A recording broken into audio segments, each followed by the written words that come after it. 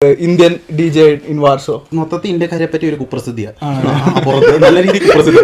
ഒരു പഞ്ചാബി പുള്ളിക്കാരൻ ഞാൻ മറ്റേ ഈ പറ്റ കേട്ടോണ്ടിരിക്കുക, ഈ പുള്ളി ബായി എനിക്കല്ല ഓക്കെ എന്ന് പറഞ്ഞിട്ട് ഞാനങ്ങോട്ട് ഇവൻ എന്ന് പറഞ്ഞിട്ട് ഇവരിങ്ങോട്ട് പറഞ്ഞു വന്നിട്ട് മറ്റേ ഇവിടെ എന്നുള്ളൊരു കാര്യം അതൊരു ബിസിനസ്സായി മാറുമ്പോഴല്ലേ നമുക്ക് തോന്നുന്നത് അതെങ്ങനെ ഫെയർ ആവണത് എന്നുള്ള രീതിയിൽ. കാശ് കൊടുക്കുന്നവർക്ക് മുൻഗണന കൊടുത്തിട്ട് മുമ്പ് കയറി ദൈവത്തെ താഴേക്കാം.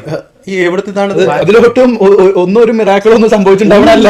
രണ്ടാൾക്കാരുമുള്ള അടിയിലും പൊളിറ്റിക്സിലൊക്കെ സംഭവിക്കണതാണ് ഇതെല്ലാം. ചിലതിലൊക്കെ കമന്റ് ഒക്കെ ഉണ്ട്, bro eats 3 introverts for a breakfast. എന്താ നിങ്ങളുടെ കോൺഫിഡൻസിന്റെ കാരണം? മുമ്പ് ചോദിച്ച ഒരു ചോദ്യം വെച്ചാൽ $500,000 ഉണ്ട്, നിങ്ങൾ എന്ത് ചെയ്യും? ഒരു ബാഡ് ബിസിനസ് ഓർഗൻസ് വിൽക്കുന്നു, ബ്ലാക്ക് മാർക്കറ്റിൽ ഓർഗൻസ് വിൽക്കും. $500 ഉണ്ടായിട്ട് $500,000. അപ്പോൾ ചിലപ്പോൾ ഹോംലെസ് ആയി വാങ്ങിച്ചിട്ട്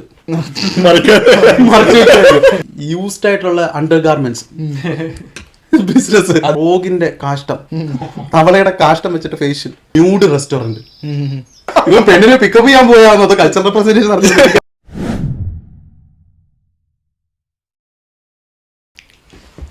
okay, so welcome to another episode of holy habitat. ഇന്ന് നമ്മളിപ്പോൾ കുറച്ച് ഗ്യാപ്പ് എടുത്തിട്ടാണ് ഇപ്പോൾ ഒരു എപ്പിസോഡ് അപ്ലോഡ് ചെയ്യണത്. അപ്പോൾ ഞങ്ങൾക്കത് സ്പെഷ്യൽ ആവണമെന്നുണ്ടായിരുന്നു.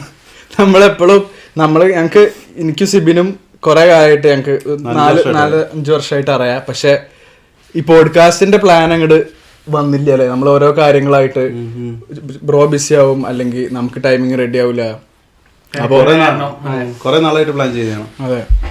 അപ്പോ എന്താണ് ആ തിരക്കിനുള്ള കാരണം? സത്യം പറഞ്ഞാൽ ഇപ്പൊ കുറച്ച് കാര്യങ്ങൾ ചെയ്യുന്നുണ്ടല്ലോ അല്ലെ. ഫുൾ ടൈം ആയിട്ട് വർക്ക് ചെയ്യുന്നുണ്ട്, പിന്നെ പാർട്ട് ടൈം ആയിട്ട് DJ ചെയ്തുണ്ട്, പിന്നെ ഞാൻ അല്ലാതെ വർക്ക് ചെയ്യുന്നുണ്ട്. സോ ഇപ്പം വർക്ക് ലൈഫ് ബാലൻസ് എന്ന് പറയുമ്പോഴത്തേനും അത് ഇത്തിരി ഇപ്പം എല്ലാവരും ഉറങ്ങുമ്പോൾ ഉണർന്നിരിക്കും. അതെ, എല്ലാവരും നിങ്ങളെ ബേസിക്കലി ഇപ്പൊ ഒരു രാവിലെ വർക്കുള്ള ദിവസമാണ് വെച്ചാൽ വൈകിട്ട് പോയി DJയും ചെയ്യാനോ 24 hours ഷിഫ്റ്റ് ആണ് എടുക്കുന്നത്. 24 hours. കാരണം DJ എന്ന് പറയുമ്പോൾ നമുക്ക് ആ ഉറക്കമുളയ്ക്കുന്നതിൽ വലിയ നഷ്ടമൊന്നും തോന്നുന്നില്ല, കാരണം ഇഷ്ടപ്പെട്ട് ചെയ്യുന്നതാണ്. സോ അതുകൊണ്ട് കുഴപ്പമില്ല. അപ്പം സാക്രിഫൈസ് ചെയ്യുന്നു എന്നൊരു തോന്നലില്ല.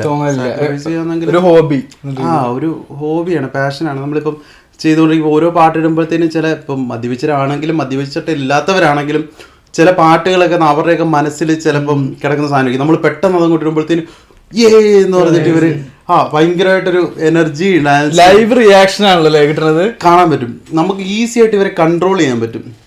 10 പേര് നിൽക്കുകയാണെങ്കിൽ 10 പേരെയും കൺട്രോൾ ചെയ്യാൻ നമ്മുടെ ഒരു ഫിംഗർ ടിപ്പ് കൊണ്ട് പറ്റും. ഓരോ പാട്ടിടുമ്പോഴും അങ്ങനെ അവർ ഡാൻസ് കളിക്കുന്നു. പിന്നെ എൻഡ് ഓഫ് ദി ഡേ അവർ ഹാപ്പി ആയിട്ട് വീട്ടിൽ പോകണം. ജസ്റ്റ് വന്നു ഡാൻസ് കളിച്ച് പോകുന്നവരും അവർക്ക് ഇഷ്ടപ്പെട്ട പാട്ടുകൾ പ്ലേ ചെയ്യുക, കൈൻഡ് ഓഫ് ഒരിത്. അവരെ കൺട്രോൾ ചെയ്യണത് നിങ്ങളാണ്. നമ്മൾ മുഖാന്തിരം ഒരു സംഭവം നടന്നു എന്നുള്ളൊരു ഇതുണ്ടല്ലോ, നിങ്ങളാണ് അവിടെ. അതാണ് മോസ്റ്റ് സാറ്റിസ്ഫൈങ് പോയിന്റ് അല്ലേ. ഒരു DJ എന്ന് പറയുമ്പോൾ ഒരാൾക്കാർക്ക് നമ്മൾ ചെയ്യുന്ന സാധനം ഇഷ്ടപ്പെട്ടിട്ടുള്ള ആ റെസ്പോൺസ് ആണ്. അതെ അതെ അതെ അതെ ഒരു ക്രിയേറ്റീവ് സ്പേസ് നമുക്ക് എത്രത്തോളം വലുതാക്കി ആരും സഞ്ചരിക്കാത്ത വഴികളിലൂടെ സഞ്ചരിക്കണം എന്ന് പറയുന്നത്. അതെ, അലയണം എന്ന് പറയുമ്പോൾ നമ്മൾ ആ ഒരു രീതിയിൽ ഓക്കെ ഇപ്പൊ ഇങ്ങനെ പോയിക്കൊണ്ടിരിക്കുന്ന ആ ഒരു പാട്ടിനെ പെട്ടെന്ന് നമ്മൾ ഒരു ഡ്രോപ്പ് കൊടുക്കുമ്പോഴത്തേനും എന്ന് പറയുമ്പോൾ അയ്യോ അവര് ഹാപ്പിയാണ്. പിന്നെ അവസാനം പോകുമ്പോൾ ചിലവര് നന്നായിട്ടുണ്ട്, അടിപൊളി, താങ്ക് യു, കെട്ടിപ്പിടിച്ച് മദ്യത്തിന്റെ ലഹരിയിലാണ്. അതിനെപ്പറ്റി എനിക്കൊരു കാര്യം ചോദിക്കാനുണ്ട്. ഇപ്പൊ നമ്മളിപ്പോ പോളണ്ടിലല്ലേ, ഇവിടെ അങ്ങനെ ഭയങ്കര എസ്റ്റാബ്ലിഷ്ഡ് ആയിട്ട് ഒരുപാട് ഇന്ത്യൻ DJകളൊന്നുമില്ല. ഇപ്പൊ സിബിന്റെ കാര്യം പറയുകയാണെങ്കിൽ എനിക്കറിയാം ഒരുപാട് കാലമായിട്ടില്ലല്ലോ DJing തുടങ്ങിയിട്ട്, പക്ഷെ പെട്ടെന്ന് തന്നെ അത്യാവശ്യം വെന്യൂസ് ഒക്കെ ഇപ്പൊ കിട്ടാൻ തുടങ്ങി അല്ലേ. അതെങ്ങനെയുണ്ട് നമ്മൾ ഒരു ഇന്ത്യൻ DJ ഇൻ വാർസോ? നമ്മൾ DJ എവിടെയാണ് തുടങ്ങുന്നത്? ഇപ്പം ബെഡ്റൂമിലാണ്. ബെഡ്റൂം DJ ആയിട്ട് തന്നെയാണ് ഞാനും തുടങ്ങിയത്. ഞാൻ സ്വയം പാട്ടിട്ട് ഇടില്ല, അടുത്ത പാട്ട് വരുമ്പോൾ അടിപൊളി, ആരെങ്കിലും കേട്ടോ എടുത്തിട്ട് ഇടിക്കും, അമ്മാതിരി തരത്തിലുള്ള ട്രാൻസിഷനാണത്. നമ്മളിങ്ങനെ ചെയ്ത് നമുക്ക് ആദ്യത്തെ സമയമൊക്കെ ഒരു പാട്ട് ഇപ്പോൾ ഒരു ദിവസം ഞാൻ എൻ്റെ ഹിസ്റ്ററി നോക്കുമ്പോഴത്തേനും നമുക്ക് 300-350 പാട്ട് നമ്മൾ കൈകാര്യം ചെയ്യും ഒരു നൈറ്റ്. ചിലപ്പോൾ 9 മണി മുതൽ രാവിലെ ചിലപ്പോൾ 5-6 മണി വരെ പോകുന്ന സമയങ്ങളുണ്ട്. അപ്പോൾ നമ്മളിപ്പോൾ പല റിക്വസ്റ്റ്, ചില പാട്ടുകൾ ചിലപ്പം 2 ഇതുവരെ ചിലപ്പോൾ 2 സ്റ്റാൻസ് 1 സ്റ്റാൻസ് വരെ പ്ലേ ചെയ്യത്തുള്ളായിരിക്കും. അതിനിടയ്ക്ക് അടുത്ത പാട്ട് കണ്ടുപിടിച്ചിട്ട് ആ മൂഡ് നമ്മൾ ലിഫ്റ്റ് ചെയ്യണം. അങ്ങനെ പല കാര്യങ്ങളുണ്ടല്ലോ. ചിലപ്പോൾ റിക്വസ്റ്റുകൾ വരും. അങ്ങനെ ഒരു 350 പാട്ടുകൾ വരെ നമ്മൾ ചെയ്യാറുണ്ട്. അപ്പൊ ഈ തുടക്ക സമയത്ത് ഒരു പാട്ട് ഇട്ടിട്ട് ഞാൻ വീഡിയോ കോളിലൊക്കെ എന്റെ കൂട്ടുകാരെ വിളിച്ചു,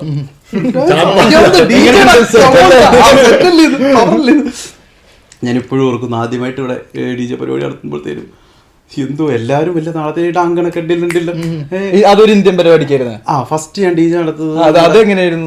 WMF-ന്റെ ഒരു ഇവിടെ ഒരു അസോസിയേഷൻ ഉണ്ട്, വേൾഡ് മലയാളി മലയാളി ഫെഡറേഷൻ. അപ്പം ആ അസോസിയേഷന്റെ ഒരു വിഷു ദിന പരിപാടിയാണ്. അപ്പൊ അതിന് വേണ്ടിയിട്ട് നമ്മുടെ ഒരു ഫ്രണ്ട് ഉണ്ടായിരുന്നു, കിഷോർ എന്ന് പറഞ്ഞിട്ട്, പുള്ളിക്കാരനാണ് ഇനിഷ്യേറ്റ് ചെയ്തത്. അന്ന് പുള്ളി നല്ല രീതിയിൽ ഫോഴ്സ് ചെയ്തിട്ടാണ് നടത്തിയത്. ഞാൻ അല്ലെങ്കിൽ ഡ്രോപ്പ് ചെയ്യാം എന്നുള്ളൊരു ഇതിലായിരുന്നു, ചെയ്യണ്ട എന്ത് വെച്ച് അതാണ് ഫസ്റ്റ് പ്രോഗ്രാം. പക്ഷെ ഞാൻ പ്രാക്ടീസ് ചെയ്യുന്നുണ്ടായിരുന്നു. ഞാൻ ഇവിടെ വന്നിട്ടാണ് തുടങ്ങിയത്. അത് എന്റെ വേറൊരു കൂട്ടുകാരൻ DJ ആണ്, റെസിഡന്റ് DJ ആണ്, ഇയാൻ എന്ന് പറയും, പോസ്റ്റ്നാനുള്ള ഇയാൻ. അതെ, പറഞ്ഞിട്ടില്ല, അനന്ത് പറഞ്ഞിട്ടില്ല. അപ്പോൾ ഇയാൻ റെസിഡന്റ് DJ ആണ് ഒരു ലാറ്റിൻ ക്ലബിൽ. അവനാണ് ഒരു ബേസിക് പറഞ്ഞു തന്നത്. അപ്പം ഞാൻ ക്ലബിങ് ചെയ്യുമായിരുന്നു മോസ്റ്റ്ലി അവൻ്റെ കൂടെ. പിന്നെ അനന്തു ഒക്കെയാണ് മോസ്റ്റ്ലി എന്നെ ഫോഴ്സ് ചെയ്തത്. ഞങ്ങളുടെ ഒരു കോമൺ ഫ്രണ്ടാണ് അനന്തു. സോ അനന്തു ആണ് ഷൗട്ട് ഔട്ട്. അപ്പോ അനന്തു ആണ് നമ്മളെ ക്ലബിങ്ങിനൊക്കെ കൊണ്ടുപോയത്. ഇത് കണ്ടു കഴിഞ്ഞാൽ നമ്മൾ അവനെ കളിയാക്കിയ മാതിരി തോന്നും. അല്ലല്ല, അനന്തു യു ആർ ദ ഗായ്. തുടക്കത്തിൽ അങ്ങനെ ഞാൻ ക്ലബിങ്ങിനൊന്നും പോകത്തില്ല. അപ്പം ക്ലബിങ്ങിനൊക്കെ അനന്തോ ആണ് ഫോഴ്സ് ചെയ്ത് കൊണ്ടുപോയത് ചെയ്യാൻ. അങ്ങനെ പോയി നമ്മൾ പാർട്ടി ചെയ്തു. വെളുപ്പംകാലം വരെ പാർട്ടി ചെയ്യുന്നു, ഉറങ്ങുന്നു, പിറ്റേ ദിവസം പാർട്ടി ചെയ്യുന്നു, ഉറങ്ങുന്നു. ചെയ്ത് നല്ല ഹാപ്പിനെസ് ആണ്. ഇപ്പം രാവിലെ എഴുന്നേൽക്കുന്നു, ബ്രെഡ് കഴിക്കുന്നു, ഓംലെറ്റ് ഉണ്ടാക്കി കഴിക്കുന്നു, ഉച്ചയ്ക്ക് ചോറ് വെക്കുന്നു, ചിക്കൻ കറി കഴിക്കുന്നു, രാത്രി വൈകിട്ട് ചായ കുടിക്കുന്നു.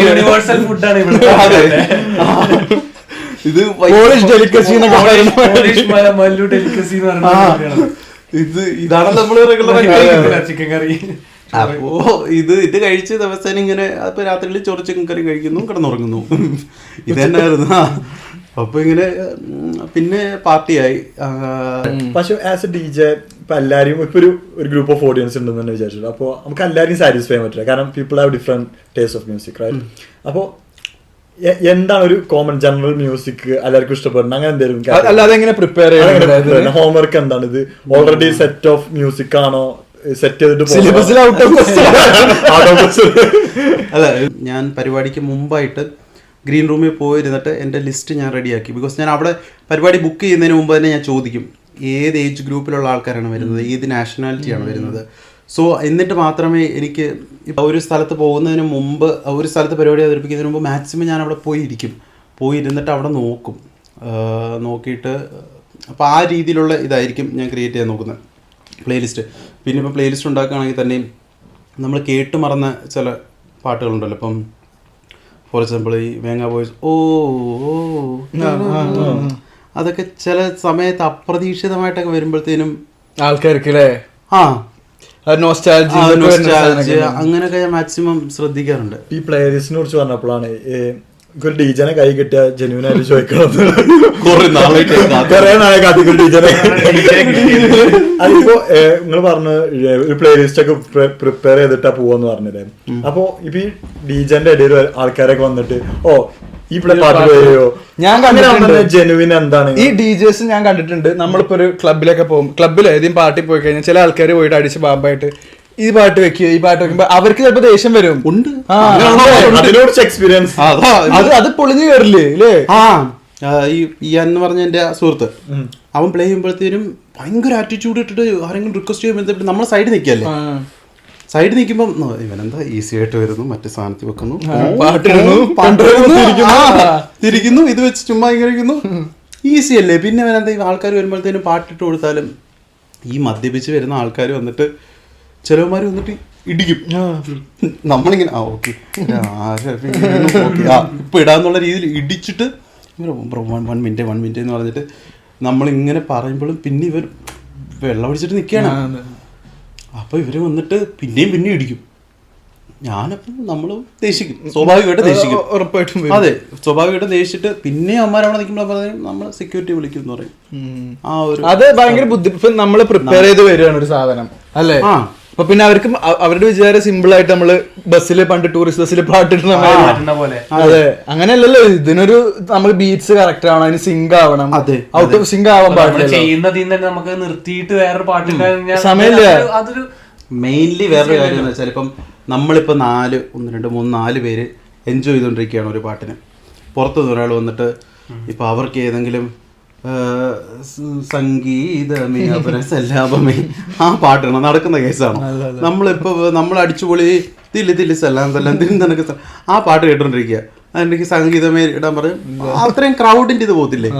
അല്ലേലും ഈ പാട്ട് ഇങ്ങനെ മാറ്റി കഴിഞ്ഞാൽ തന്നെ ആൾക്കാരുടെ ഒരു ഇൻട്രസ്റ്റ് പോകും.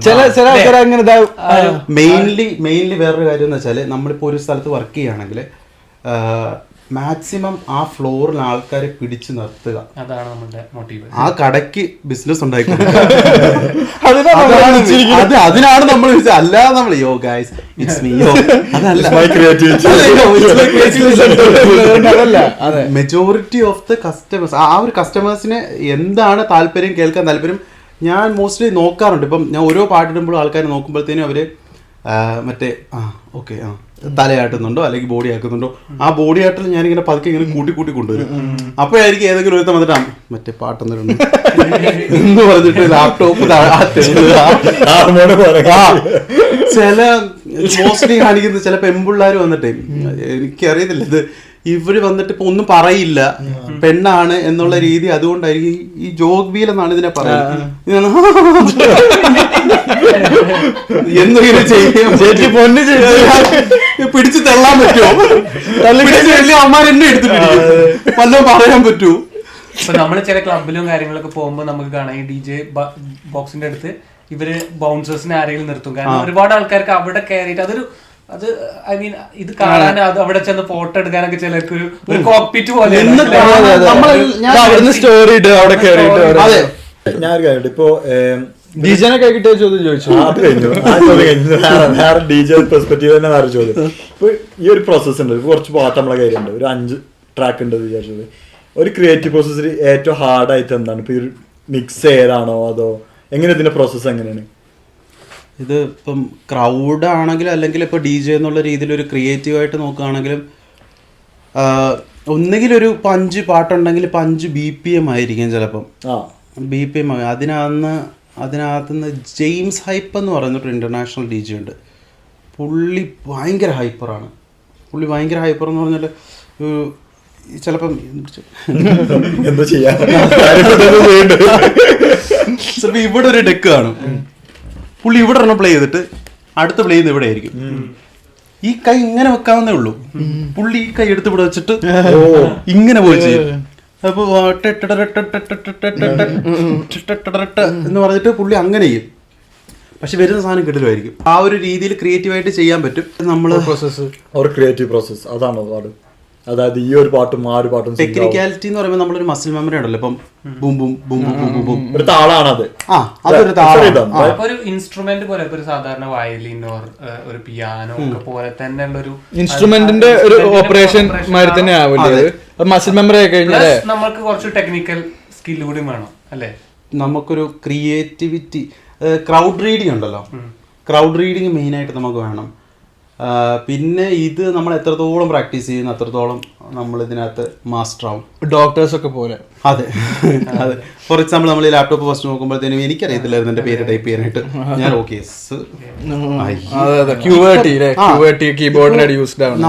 ഇപ്പം 4-5 വർഷമായിട്ട് നമ്മൾ വർക്ക് ചെയ്യാം.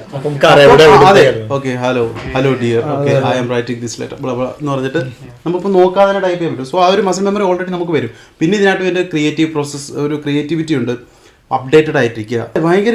ഞാൻ വേറൊരു കാര്യം ചോദിക്കട്ടെ, ഇപ്പൊ നിങ്ങൾ ഇങ്ങനെ ട്രൈ ചെയ്തിരിക്കുന്നു, അപ്പൊ ഞാനാണ് ഒരു DJ എന്നുണ്ടെങ്കിൽ ഉണ്ടല്ലോ ചിലപ്പോ നമുക്കിങ്ങനെ തോന്നില്ലേ, ഇപ്പൊ നമ്മളെ ഒരു ഫുൾ വൈറ്റ് ആയിട്ടുള്ള ഒരു ക്രൗഡിന്റെ ഇടയിൽ ഇടയ്ക്ക് ചിലപ്പോ നമ്മുടെ ഒരു പാട്ടൊക്കെ ഇട്ടിട്ട് അപ്പൊ എനിക്ക് താല്പര്യമുണ്ട്. എനിക്കിപ്പം ട്രൈ ചെയ്തിരിക്കണോ? പിന്നെ ഞാൻ ഞാനിപ്പോ മോസ്റ്റ്ലി ചെയ്യുന്നത് വൈറ്റ് പാർട്ടിയാണ്. കാരണം എന്ന് വെച്ചാല് നിങ്ങൾ ക്ലബിലൊക്കെ പ്ലേ ചെയ്യണല്ലേ? ക്ലബിലാണ് ഞാൻ ഇപ്പം വൈറ്റ് പാർട്ടി. അത് അതായത് വെള്ളക്കാരെന്നാണ് ഞാൻ ഉദ്ദേശിച്ചത്. അതല്ല മറ്റേ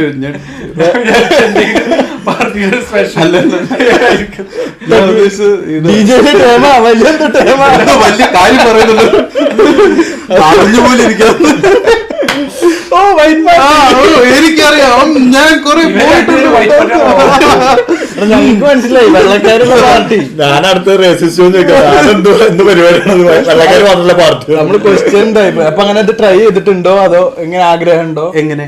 അതായത് നമ്മളിപ്പോ ഒരു വെള്ളക്കാര ക്രൗഡില് ഇടയിൽ ഇപ്പൊ നമ്മുടെ ഇന്ത്യൻ ഞാൻ ഒരു ക്ലബ്ബ് പോയപ്പോഴേ DJ പിന്നെ നല്ല ഹൈപ്പിൽ പോവാ പാട്ട്. അപ്പൊ അതിന്റെ ഇടയിൽ പെട്ടെന്ന് നിർത്തിയിട്ട് മറ്റേ കബാബ് ഷോപ്പിൽ ഇടുന്ന മറ്റേ അറബിക് മ്യൂസിക് ഇല്ലേ അതിട്ടു. ആൾക്കാരൊക്കെ ഫുള്ള് തെറി വിളിച്ച് ഇതെന്ത് കബാബ് ഷോപ്പോ എന്നൊക്കെ ചോദിച്ച് അങ്ങനെ ഒരു എക്സ്പീരിയൻസ് ഉണ്ട്. അപ്പൊ ഞാൻ ഉദ്ദേശിക്കുന്നത് അതൊട്ടും സിങ്ക് ആവാത്ത പാട്ടായണ്ട. പക്ഷെ ചിലപ്പോ നമുക്ക് നമ്മുടെ ഒരു കൾച്ചറൽ റെപ്രസെന്റേഷൻ എന്നൊക്കെ രീതിയിൽ. പക്ഷെ ഈ കൾച്ചർ റെപ്രസെന്റേഷനിൽ ഞാൻ പോളണ്ടിലെ ക്ലബുകളിൽ കൂടുതൽ കേട്ട മറ്റേതാ ജെയ്സിയുടെ ഒരു പാട്ടില്ലേ, ഒരു പാട്ടുണ്ട് അത് പഞ്ചാബി സോങ്സ് അത് ബാക്ക്ഗ്രൗണ്ടിൽ ഇടാ. ഭയങ്കര ഫേമസ് ആ. അങ്ങനെയൊക്കെ ചെയ്തിക്കണോ ചോദിക്കാ. മ്യൂസിക് അങ്ങനെ അക്സെപ്റ്റ് ചെയ്യുന്നില്ല. മൊത്തത്തിൽ ഇന്ത്യക്കാരെ പറ്റി ഒരു കുപ്രസിദ്ധിയാ പുറത്ത്, നല്ല രീതിയിൽ കുപ്രസിദ്ധി. അത് വേറൊരു പൊളിറ്റിക്കാണ്. ഞാൻ ഇടയ്ക്ക് വേറൊരു സ്ഥലത്ത് ഊച്ചുണ്ടല്ലോ, അവിടെ പ്ലേ ചെയ്യാൻ ഊച്ച് എന്ന് പറഞ്ഞ വളരെ ഒരു അരസിറ്റി. ആ, അവിടെ ഒരു പഞ്ചാബി പുള്ളിക്കാരൻ ഞാൻ മറ്റേ ഈ പറ്റ കേട്ടോണ്ടിരിക്കുക. ഏത് പട്ട? ആ പട്ട പട്ട ഏതട്ടത്? മറ്റേ APT ബ്രൂണോ അത് ഈ പുള്ളി ബൈ എന്നെ കാല ഓക്കെ എന്ന് പറഞ്ഞിട്ട് ഞാൻ അങ്ങോട്ടിട്ട് ഇവൻ എന്ന് പറഞ്ഞിട്ട് ഇവരുടെ ഒറ്റ ഇവൻ പെണ്ണിനെ പിക്കപ്പ് ചെയ്യാൻ പോയാന്നോ അതോ കൾച്ചർ റെപ്രസെന്റേഷൻ നടത്തുന്നത് എനിക്ക് അറിയത്തില്ല. അലറി കോരി മറ്റേ ഈ പഞ്ചാബികൾ ഡാൻസ് കളിക്കത്തില്ലേ, വട്ടത്തിൽ നിന്നു ആ പെണ്ണിനെ ചുറ്റി. അവൻ എൻ്റെ അടുത്ത് കുറെ നേരമായിട്ട് പറഞ്ഞു ബ്രോ കുറച്ച് സമയം എന്താ ബ്രോ കുറച്ച് സമയം എന്താ. എനിക്ക് അവിടെ അഹങ്കരിക്കാനും പറ്റത്തില്ല. അവൻ വന്ന് പാട്ട് പറയുമ്പോഴത്തേനും ബ്രോ അതെ ആരെടുത്താലും ഞാൻ മാക്സിമം ഇട്ട് കൊടുക്കാറുണ്ട് ഇപ്പൊ പാട്ട്. കാരണം എന്ന് വെച്ചാൽ അവർ പേ ചെയ്ത് കുടിക്കാനോ അല്ലെങ്കിൽ എൻജോയ്മെന്റ് ചെയ്യാൻ വേണ്ടി വരുന്നതാണ്. അതിലേക്ക് ഞാൻ എന്റെ അഹങ്കാരം ഈഗോയും കാണിച്ചിട്ട് കാര്യമില്ല. അവർ എൻ്റെ അടുത്ത് വന്നിട്ട് പറയുമ്പോഴത്തേനും ഞാൻ മാക്സിമം ഇട്ട് കൊടുക്കാറുണ്ട്. ഇപ്പം ഞാൻ പറയും ഒരു 10 മിനിറ്റ് ഒരു 15 മിനിറ്റ് ഒന്ന് തരാമോ, ഞാൻ ഒന്ന് നോക്കട്ടെ, ഞാൻ ഇടാം. ഇവരിങ്ങോട്ട് പറഞ്ഞു വന്നിട്ട് മറ്റേ ഇവിടെ ഇങ്ങനെ ഇപ്പ ഇതിന്റെ ഫ്രണ്ട് വന്നിട്ട് ഞാൻ ഇങ്ങനെ അടിക്കും. നമുക്കൊരു പ്രഷർ വരും അല്ലേ ഓട്ടോമാറ്റിക്കലി. നമ്മളിപ്പോ ഒരു പാട്ട് ഇടുമ്പോഴത്തേനും അടുത്തൊരു 5 പാട്ട് മനസ്സിൽ കാണും. ഈ ഒരു പാട്ടിട്ട് അടുത്ത ഏത് പാട്ട് സിങ്ക് ആവും, അത് കഴിഞ്ഞിട്ട് ഏതിലോട്ട് കൊണ്ടുപോകണം. എപ്പോഴും നമുക്കിപ്പം ഈ സാധനത്തിനെ പിടിച്ചു വയ്ക്കാൻ പറ്റത്തില്ലല്ലോ. 1 മണിക്കൂർ ആൾക്കാർ തളരത്തില്ലേ. അപ്പൊ നമുക്കൊരു ഇത് കാണും, ഓക്കെ ഈ സമയത്ത് ഇത്ര BPM എന്താക്കണം, ഇത്ര താഴോട്ട് പാട്ട് കൊണ്ടുപോകാം, ഇത്ര മുകളിലോട്ട് പാട്ട് കൊണ്ടുപോകാം, അല്ലെങ്കിൽ ഈ ഒരു വൈറൽ സോങ് ഇവിടെ ഇട്ടാൽ അടുത്ത 5 പാട്ട് നോർമൽ എവർഗ്രീൻ ഇടാം എന്നൊക്കെയുള്ളൊരു ചിന്ത നമ്മുടെ കാണും. അപ്പൊ ഇതിനിടയ്ക്ക് ഇവര് വന്നിട്ട് പാട്ടിടാൻ പറയും. എന്നിട്ട് ഫ്രണ്ട് വന്നിരുന്നു ഇപ്പൊ എന്നിട്ട് എൻ്റെ അടുത്ത് ഒരു പ്രാവശ്യം ഒരു പെങ്കുച്ചി you are the first DJ എന്ന് അവള് ചോദിച്ച പാട്ട് കൊടുത്തില്ല. ചേച്ചി വീഡിയോ കാണുന്നുണ്ടെങ്കിൽ വളരെ മോശമായി പോയി അല്ലേ? പാടില്ലായിരുന്നു. അല്ല അപ്പൊ ഇത്രയായിട്ട് ഇപ്പൊ എങ്ങനെയാണ് അതൊരു കരിയറായിട്ട് കൊണ്ടുനടക്കാൻ പ്ലാൻ ഉണ്ടോ? അപ്പോ കരിയറായിട്ടല്ല, എനിക്കിപ്പം മേ ബി നമ്മളിപ്പം ഒരു കാര്യത്തിൽ നമ്മൾ സ്ഥിരമായിട്ടുള്ളവരല്ല. എത്രത്തോളം അതിനുവേണ്ടി ഹാർഡ് വർക്ക് ചെയ്യുന്നു അത്രത്തോളം ഇത്. എനിക്ക് മ്യൂസിക് ബാക്ക്ഗ്രൗണ്ടേ ഇല്ല. ഞാൻ മലയാള എവർഗ്രീൻ 2005 2010 കേട്ടോണ്ടിരിക്കുന്ന ആളായിരുന്നു. ഒരു പുഷ്പം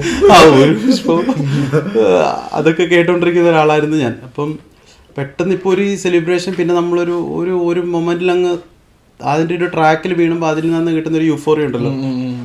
നമുക്ക് എത്രത്തോളം വർക്ക് ഒരു കാര്യം പേഴ്സണലി വ്യക്തിപരമായിട്ട് എനിക്കിപ്പം ഒരു കാര്യത്തിൽ മാത്രം സ്റ്റിക്ക് ചെയ്തുകൊണ്ടിരിക്കാൻ വളരെയധികം ബുദ്ധിമുട്ടുള്ള വ്യക്തിയാണ്. അപ്പോൾ ചെയ്യുന്ന കാര്യം തന്നെ ചെയ്തപ്പം ഞാൻ പറയും 9 to 5 ജോലി ചെയ്ത് ചിക്കൻ കറി ഉണ്ടാക്കി, ചോറുണ്ടാക്കി. Chicken curry is main. Chicken curry main ആണ് നിങ്ങൾ വിദേശത്തേക്ക് വന്നാൽ. So chicken curry is main.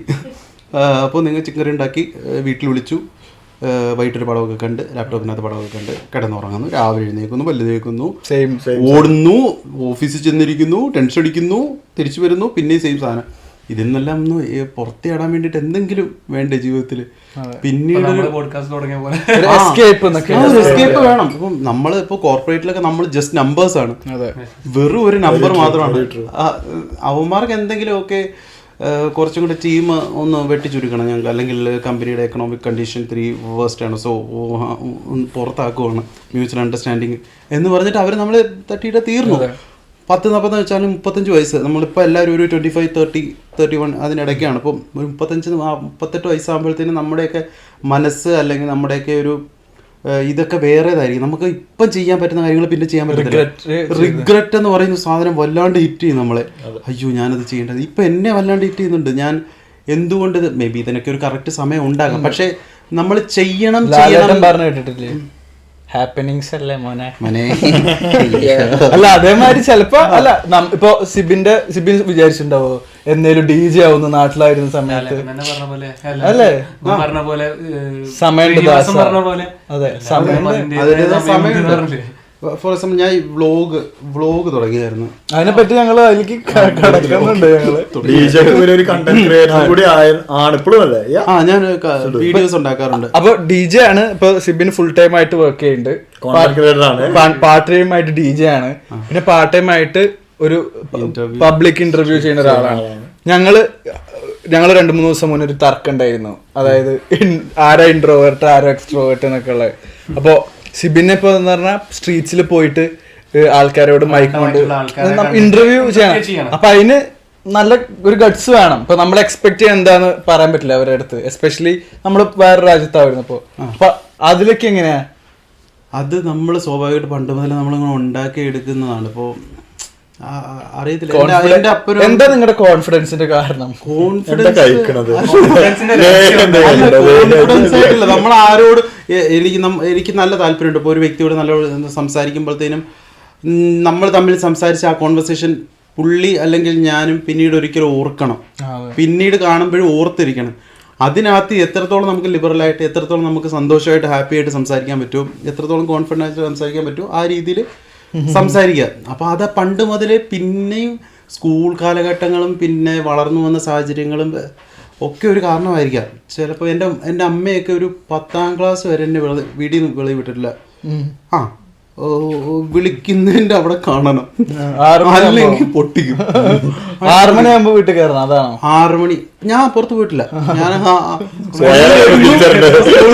വീട്ടിൽ വരുന്നു, എന്നിട്ട് രാവിലെ എഴുന്നേക്കുന്നു, ഓടുന്നു, ട്യൂഷന് കയറുന്നു, അവിടെ നിന്ന് അടികൊള്ളുന്നു, പിന്നെ സ്കൂളിൽ പോകുന്നു, പിന്നെ തിരിച്ചു ഈ ഒരു സ്കീമായിരുന്നു. അല്ല സ്കൂളില്. അതെ, ഞാൻ ചിലപ്പോൾ ഒരു എസ്കേപ്പ് ആയിരിക്കാം. ഞാൻ ഇപ്പാണ് അതിനെപ്പറ്റിയൊക്കെ ചിന്തിക്കുന്നത്. ഇപ്പം മേ ബി ചൈൽഡ്ഹുഡിൽ നമ്മൾ ചിലപ്പം ഒരു കെട്ടിവരിഞ്ഞിട്ട ഒരു ജീവിതം മേ ബി വീട്ടിൽ നിന്നൊക്കെ ഒരു എസ്കേപ്പിസത്തിനായിരിക്കാം മേ ബി അങ്ങനെ. അതായത് ഇപ്പം എൻ്റെ അമ്മ അവരൊക്കെ നല്ല രീതിയിൽ നോക്കിയിട്ടുണ്ട്, അവർ എന്നെ അടിച്ചു പഠിപ്പിച്ചുകൊണ്ടാണ് ഞാൻ ഈ നിലയിലെത്തിയത്, അല്ലെങ്കിൽ ഞാൻ വേറെ എവിടെയെങ്കിലും ചെന്നിരുന്നത്. അപ്പോൾ പക്ഷെ അതിന്റെ ഒക്കെ റിഫ്ലക്ഷൻ ആണ് തീർച്ചയായിട്ടും. അതെ അതെ. അപ്പൊ ഞാൻ സ്കൂളിൽ ചെന്നിട്ട് ഇപ്പൊ മാക്സിമം കിട്ടാവുന്ന അതേ വികലത്തിനുമുള്ള പിള്ളേരെ പിടിച്ചേർത്തി നമ്മൾ പ്രശ്നങ്ങൾ ഉണ്ടാക്കുക, സ്കൂളിൽ പിടിക്കുക, തൂണിൽ കെട്ടിയിടുക, സാറുമാരെ അടിക്കുക, സ്കൂളിൽ ചുറ്റുവിട്ട് ഓട്ടിക്കുക, ഇങ്ങനെയൊക്കെയുള്ള. അമ്മ എല്ലാ മാസവും വരും പിറ്റി മീറ്റിങ്ങിന്, മമ്മി ഒന്ന് കരയുക, വീട്ടിൽ എന്നെ വിളിച്ചോണ്ട് പോവുക, വൈകിട്ട് അടിക്കുക.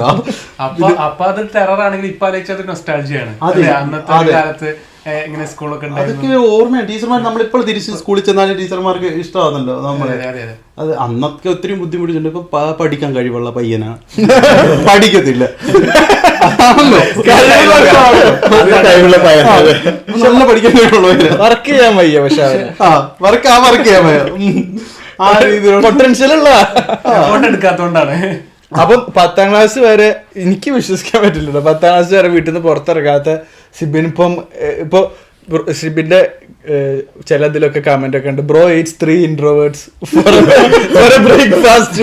അതേമാതിരി അല്ലേ? അതിനെങ്ങനെ നമ്മളെപ്പോഴും പറയാ, ഇപ്പൊ അതിനൊരു കറേജ് വേണം. അപ്പം ഞാൻ എല്ലാവരോടും ചോദിക്കണം, ഞാൻ കോൺഫിഡൻ്റ് ആൾക്കാരോടൊക്കെ ചോദിക്കണം വിചാരിച്ചു, എന്താണ് നിങ്ങളെ കോൺഫിഡൻ്റ് ആക്കണം? അപ്പോൾ എന്താ നമുക്കത് സംസാരിക്കാൻ കഴിയുന്നതാണോ, അത് എന്തുകൊണ്ടാണ് ഇപ്പോൾ അപ്രോച്ച് ചെയ്യാനുള്ളൊരു നമ്മളെ ലൈം ലൈറ്റിൽ നിർത്തുകയെന്നുണ്ടല്ലോ. ഞാനിപ്പോൾ എന്തെങ്കിലും പറഞ്ഞാൽ അവരെന്ത് വിചാരിക്കും എന്നൊരു സ്കീമുണ്ടല്ലോ. പിന്നെ നമുക്ക് എന്ത് വായി തോന്നിയതും പറയാൻ പറ്റത്തില്ല. അതുകൊണ്ട് ഒരു സാധനത്തിനെ പറ്റി നമുക്ക് എന്തെങ്കിലും അറിവ് വേണം. ഇപ്പം ഞാനിപ്പോൾ എന്തെങ്കിലും സംസാരിക്കുകയാണെങ്കിലും എൻ്റെ ഓപ്പോസിറ്റ് നിൽക്കുന്ന ആൾക്ക് തോന്നണം അവൻ പറയുന്നതിൽ ചില കാര്യമുണ്ടെന്ന്. സോ അത് അങ്ങനെ പറയുന്നതിൽ ചില കാര്യമുണ്ടെന്ന് തോന്നാൻ വേണ്ടിയിട്ട് ഞാനിരുന്ന് റിസർച്ച് ചെയ്യും. എന്തെങ്കിലും ഇപ്പോൾ സമകാലീനമായി നടക്കുന്ന സംഭവങ്ങളെ പറ്റിയും അല്ലെങ്കിൽ മുമ്പ് നടന്ന സംഭവങ്ങളെ പറ്റിയും ഇപ്പം വാഗ്വാദങ്ങളും ഈ ഡിബേറ്റ് ക്ലാസ്സിലൊക്കെ ഡിബേറ്റ് നടത്തുമ്പോഴും ഒരാളെ ഇപ്പൊ തറ പറ്റിച്ചിടാനും ഇപ്പം അതൊരു ഹരമാണല്ലോ. ഹരമാണ്. ആ ഒരു രീതിയിലൊക്കെ സംസാരിക്കുകയാണെങ്കിലും അതിനകത്തൊക്കെ ഞാൻ വളർന്നു വന്ന സാഹചര്യവും ചിലപ്പം ഇതൊക്കെ ആയിരിക്കാം. അതിനകത്തൊക്കെ വളരെയധികം ഹരം ഞാൻ കണ്ടെത്തിയിരുന്നു. പിന്നെ ഒരാളെ കരയിപ്പിക്കുന്നതിലാണ് മറ്റേ മലയാളത്തിലൊക്കെ എനിക്ക് നല്ല താല്പര്യമുണ്ട്. സെക്കൻഡ് ലാംഗ്വേജ് മലയാളമായിരുന്നു. അപ്പം ഞാൻ മലയാളത്തിലൊക്കെ വെച്ച് അനത്തി വെച്ച് അക്ഷരങ്ങൾ അടിച്ചടിച്ചു കൂട്ടി പുസ്തകത്താൽ നിങ്ങൾ പഠിച്ച് ഇന്ത്യയിൽ എന്ന് പറഞ്ഞാൽ ആ രീതിയിലൊക്കെ അടിച്ചു വിടും. അങ്ങനെയൊക്കെയുള്ള കാര്യങ്ങൾ വെച്ച് ഒരാളിങ്ങനെ എന്ത് പറയും, ഓ ഷിറ്റ് അവനെ ഇനി എതിർത്തിട്ട് വേറെ ഒന്നും പറയാൻ പറ്റത്തില്ലല്ലോ എന്നുള്ളൊരു ചിന്തയൊക്കെ വരും. ആ ഒരു രീതിയിൽ അടിച്ചിടുക എന്ന് പറയുമ്പോൾ നമുക്കൊരിതാണ്. പിന്നെ ഞാൻ മിമിക്രി ഒക്കെ ചെയ്യുമായിരുന്നു.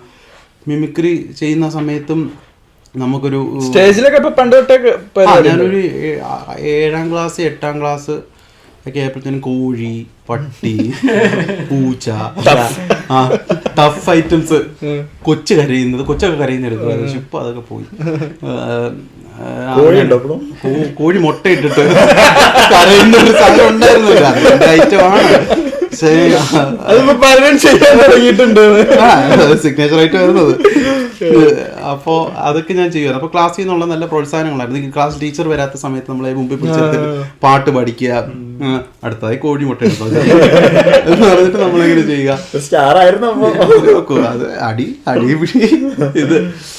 എന്നിട്ട് നമ്മള് ഫസ്റ്റ് പിന്നെ നടന്മാരുടെയൊക്കെ ശബ്ദമൊക്കെ കുളിമുറിയിൽ എടുത്തു തുടങ്ങി.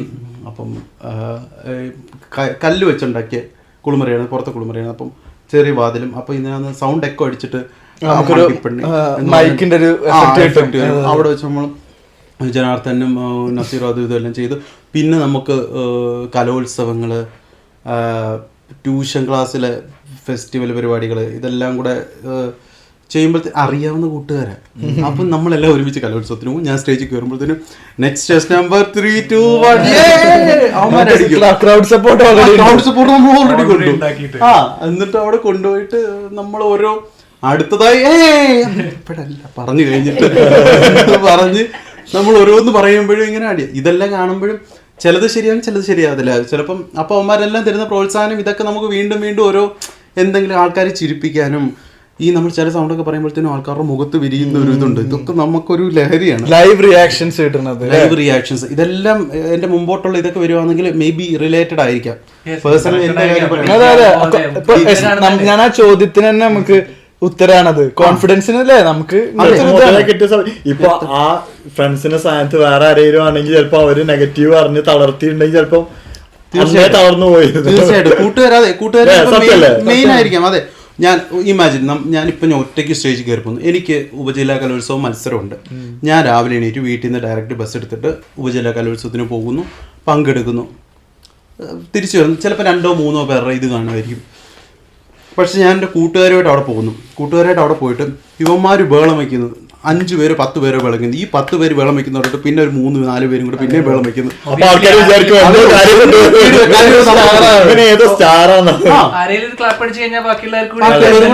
പക്ഷെ എനിക്ക് വേറൊരു കാര്യം പറയണ്ട, ചില കൂട്ടുകാരുണ്ടല്ലോ, എനിക്ക് എക്സ്പീരിയൻസ് ചിലപ്പോ അതുകൊണ്ടാവും എനിക്ക് അതല്ലാത്തൊരു വിഭാഗമുണ്ട്. ഞാൻ പണ്ട് സ്കൂളിൽ പഠിക്കുന്ന സമയത്ത് ഒരു സബ് ജില്ലാ പരിപാടിക്ക് എവിടെ പോണ സമയത്ത് നമ്മുടെ ഫ്രണ്ട്സ് വന്നു. അപ്പൊ ഞാൻ മറ്റേ പണ്ട് ഇതുണ്ടല്ലോ ലൈറ്റ് മ്യൂസിക് എന്ന് പറഞ്ഞ പരിപാടി ഉണ്ടല്ലോ, അതിന് കയറിയ സമയത്ത് ബാക്കിൽ ഇവരിങ്ങനെ ഇരിക്കുന്നുണ്ട്. എനിക്ക് ഓൾറെഡി ടെൻഷനായി. ഇവരിങ്ങനെ ഇരിക്കുന്നുണ്ട്, അവരവരെ നമ്മളെ ചിരിപ്പിക്കണൊക്കെ ഉണ്ട്. അപ്പൊ സ്റ്റേജിൽ കയറി ഞാൻ സ്കൂൾ ലെവലിൽ അത് കിട്ടിയോണ്ടാണ് ഞാൻ സബ് ജില്ലയിൽ പോയത്. പക്ഷെ ഇവര് വന്ന് അവിടെ ഇരിക്കുന്നുണ്ട്. അപ്പോഴേ എന്റെ പകുതി ഞാൻ ടെൻഷനിലായി, കിളി പോയി. എന്നിട്ട് ഞാൻ ഇങ്ങനെ പാടാൻ തുടങ്ങിയപ്പോ അവൻ ബാക്കിൽ ഇരുന്നിട്ട് ഇങ്ങനെ ഓരോ എക്സ്പ്രഷൻ ഇടുക. സബ് ജില്ലയാണ്. ഞാൻ അങ്ങനെ കൊറേ ഒക്കെ ഇങ്ങനെ നോക്കാതിരുന്നു. ലിറിക്സ് മറന്നു, പിന്നെ പാടാനുള്ള ലിറിക്സ് മറന്നു. എന്നിട്ട് അപ്പൊ ടീച്ചർമാരൊക്കെ എന്നെ നോക്കി, എന്താണ് കാണിക്കുന്നത് ലിറിക്സ്? ഞാൻ പറഞ്ഞു ലിറിക്സ് ഉണ്ടായിരുന്നു. പോക്കറിന് ലിറിക്സ് എടുത്ത് നോക്കിയപ്പോ മറ്റേ ക്ലാസ് ടെസ്റ്റിന്റെ പേപ്പർ ലിറിക്സ് ഇല്ല കയ്യില്. ഞാൻ എന്നിട്ട് ടീച്ചർ അവനെ ചിരിപ്പിക്കാൻ ടീച്ചറായിരുന്നു മൈക്കില് എത്ര വയസ്സ്? ഞാനൊരു 8ാം ക്ലാസ്സിലോ 9ാം ക്ലാസ്സിലോ ആണ് തോന്നുന്നുണ്ട്. അതോടെ തീർന്നു കലാജീവിതം. അല്ല, അങ്ങനെയുള്ള ഫ്രണ്ട്സും ഉണ്ട്. അല്ല, അതാണ് ഞാൻ പറഞ്ഞു വരുന്നത്. അപ്പൊ ഇതൊക്കെ നമ്മളെ ഷേപ്പ് ചെയ്യുന്നുണ്ട് നമ്മുടെ ലൈഫിൽ. നമ്മൾ അന്ന് ഞങ്ങള് കൂലങ്കഷമായ ചർച്ചയായിരുന്നു എന്താണ് ഇൻട്രോവേർട്ട് എന്താണ് എക്സ്ട്രോവേർട്ട് എന്നൊക്കെ. ഇപ്പൊ നമുക്ക് ചെറുപ്പം തൊട്ടേ നമുക്കൊരു അപ്രീസിയേഷൻ കിട്ടുന്നു. നമ്മള് ഈ ഫ്രണ്ട്സിന്റെ പോലത്തെ ഒരു ഇമ്പോർട്ടന്റ് ഫാക്ടർ ആണ് പാരന്റ്സ്. പാരന്റ്സ് അപ്രീഷിയേറ്റ് ചെയ്തില്ലെങ്കിൽ ചിലപ്പോ നമ്മളും തീർച്ചയായിട്ടും എൻ്റെ അപ്പനമ്മയൊന്നും തിരിഞ്ഞു പോലും നോക്കത്തില്ലായിരുന്നു. ചെയ്തു എന്നുള്ള രീതിയിലാണ്. എന്ത് കോപ്രായം വേണമെങ്കിലും കാണിച്ചു എന്നുള്ളവരായിരുന്നു. മറ്റേ പള്ളിയിലൊക്കെ മറ്റേ ഫാൻസി ഡ്രസ്സൊക്കെ നടത്തുമായിരുന്നു. പെണ്ണായിട്ട് വേഷം കിട്ടിയിട്ട് അത് കൊച്ചുപ്രായത്തിൽ തന്നെ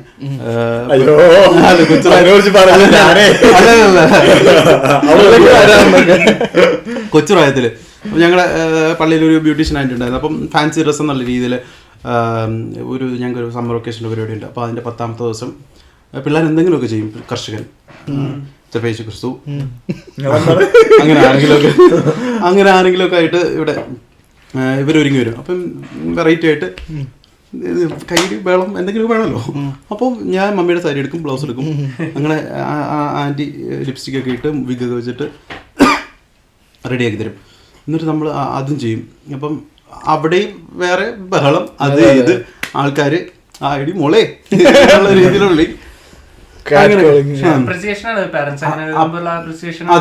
അതെ പറഞ്ഞു തന്നത്. അതായത് അപ്പം അതിലൊന്നും പേരൻസ് ഒന്നും പറഞ്ഞിട്ടില്ല, ഒരു വകയും പറഞ്ഞിട്ടില്ല. സോ അതൊക്കെ നമ്മളെ ബിൽഡ് ചെയ്യുന്ന ഒരു ഫാക്ടേഴ്സ് ആയിരിക്കാം ഇവിടം വരെ എത്താൻ. നമ്മളിപ്പോൾ ചെയ്യുന്ന കാര്യങ്ങൾ ഇപ്പം എല്ലാം പെർഫെക്റ്റ് ആണെന്നും എല്ലാവരും എൻജോയ് ചെയ്യുന്നെന്നും പറയാൻ പറ്റത്തില്ല. ഇപ്പം ഞാൻ DJൻ്റെ കാര്യങ്ങൾ പറഞ്ഞ തന്നെ ഞാനങ്ങ് പെർഫെക്റ്റ് ആണെന്നല്ല, ഓരോ ദിവസവും പുതിയത് പഠിക്കണം എന്നുള്ളൊരു താല്പര്യത്തിലാണ് ഞാൻ എല്ലാ ദിവസവും പോകുന്നത്.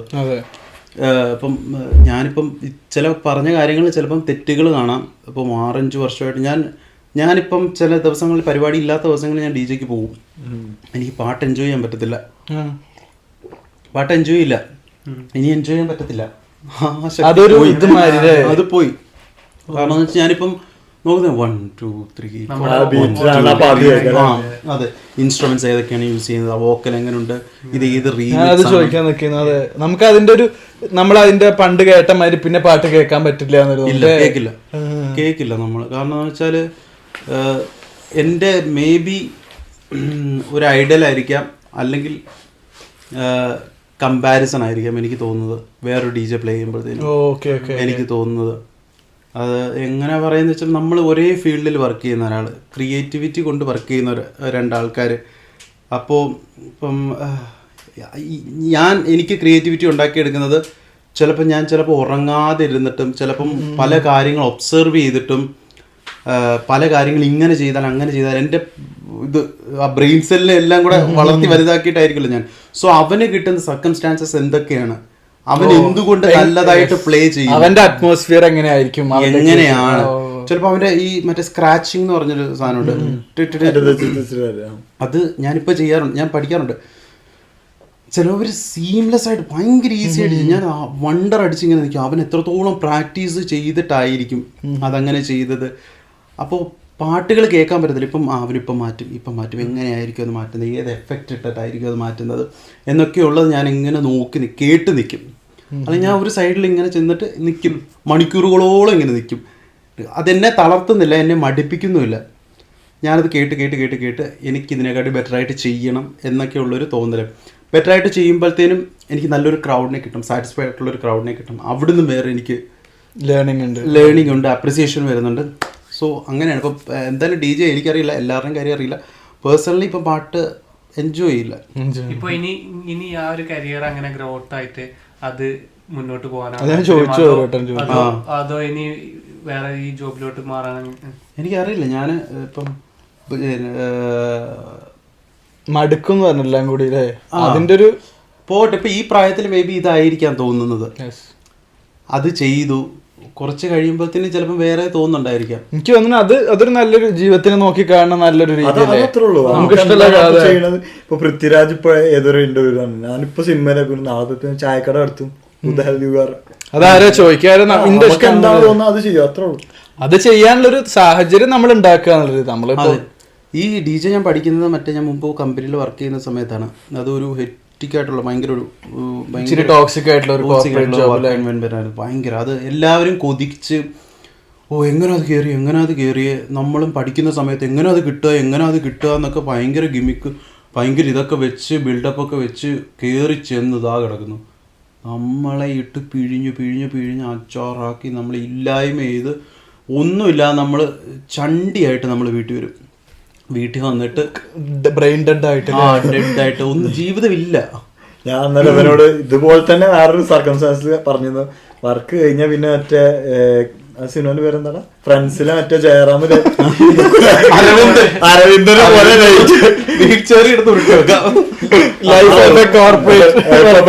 എല്ലാവരുടെയും ജീവിതം അത് തന്നെയാണ്. നമ്മൾ എല്ലാവരും ഒരു ജസ്റ്റ് നമ്പറായിട്ട് ഇങ്ങനെ പോയിക്കൊണ്ടിരിക്കുന്നു. എന്റെ പെർസ്പെക്റ്റീവാണ്. ഇന്ത്യൻ ഡി ജെ എന്നുള്ള രീതിയിൽ എനിക്ക് അങ്ങനെ അറിയപ്പെടണം എന്നില്ല. എനിക്കറിയില്ല, ചിലപ്പം ഞാൻ മാക്സിമം മിക്കവാറും ചെയ്തിട്ടുള്ള പരിപാടികൾ ചില സാറ്റിസ്ഫൈഡ് അല്ല. മെജോറിറ്റി ഓഫ് ദി ഇന്ത്യൻ ആൾക്കാർ സാറ്റിസ്ഫൈഡ് അല്ല. അവര് ഇന്ത്യൻസ് സാറ്റിസ്ഫൈഡ് അല്ല ഇന്ത്യൻ പരിപാടികൾക്കോ. നമ്മൾ എത്ര കൊടുത്താലും ഇന്ത്യക്കാർക്ക് തൃപ്തിയാവില്ല. മറ്റേ വൈറ്റ്സ് ആണ് കുറച്ചും കൂടി അപ്രീഷിയേറ്റ് ചെയ്യുന്ന ക്രൗഡ്. അവരാണ്. നമ്മൾ എത്ര ചെയ്താലും എന്ത് കാര്യത്തിൽ ചെയ്താലും തീർച്ചയായിട്ടും അതെ, എന്ത് ചെയ്താലും അപ്പം അതിന് പുറകിലിടുന്ന എമ്പത്തറ്റിക് ആയിട്ടുള്ള ഒരു സിറ്റുവേഷൻ ആയിട്ട് എടുക്കത്തില്ല. ഇപ്പം മദ്യപാനികൾ, ഇവിടുത്തെ വൈറ്റ്സ് മദ്യം കുടിക്കുന്നത് നാട്ടിൽ നമ്മുടെ ആൾക്കാർ മദ്യം കുടിക്കുന്നത് രണ്ട് രീതിയിലാണ്. ഇതിപ്പോ തീരും, നാളെ അല്ലെങ്കിൽ ഞാൻ ചത്തുവും എന്നുള്ള രീതിയിലാണ്. അവസാനത്തെ ബോട്ടിലാണ് ഇതെല്ലാം എന്റെ വ്യക്തിപരമായ അഭിപ്രായമാണ്. ഇപ്പൊ സ്റ്റാറ്റസ് എടുത്തിടുക, കുപ്പി എടുത്ത് വെച്ചിട്ട് ഓക്കെ ഇന്നേക്കൊരു പൊടി എന്ന് പറഞ്ഞിട്ട് സ്റ്റാറ്റസ് ഇടുക.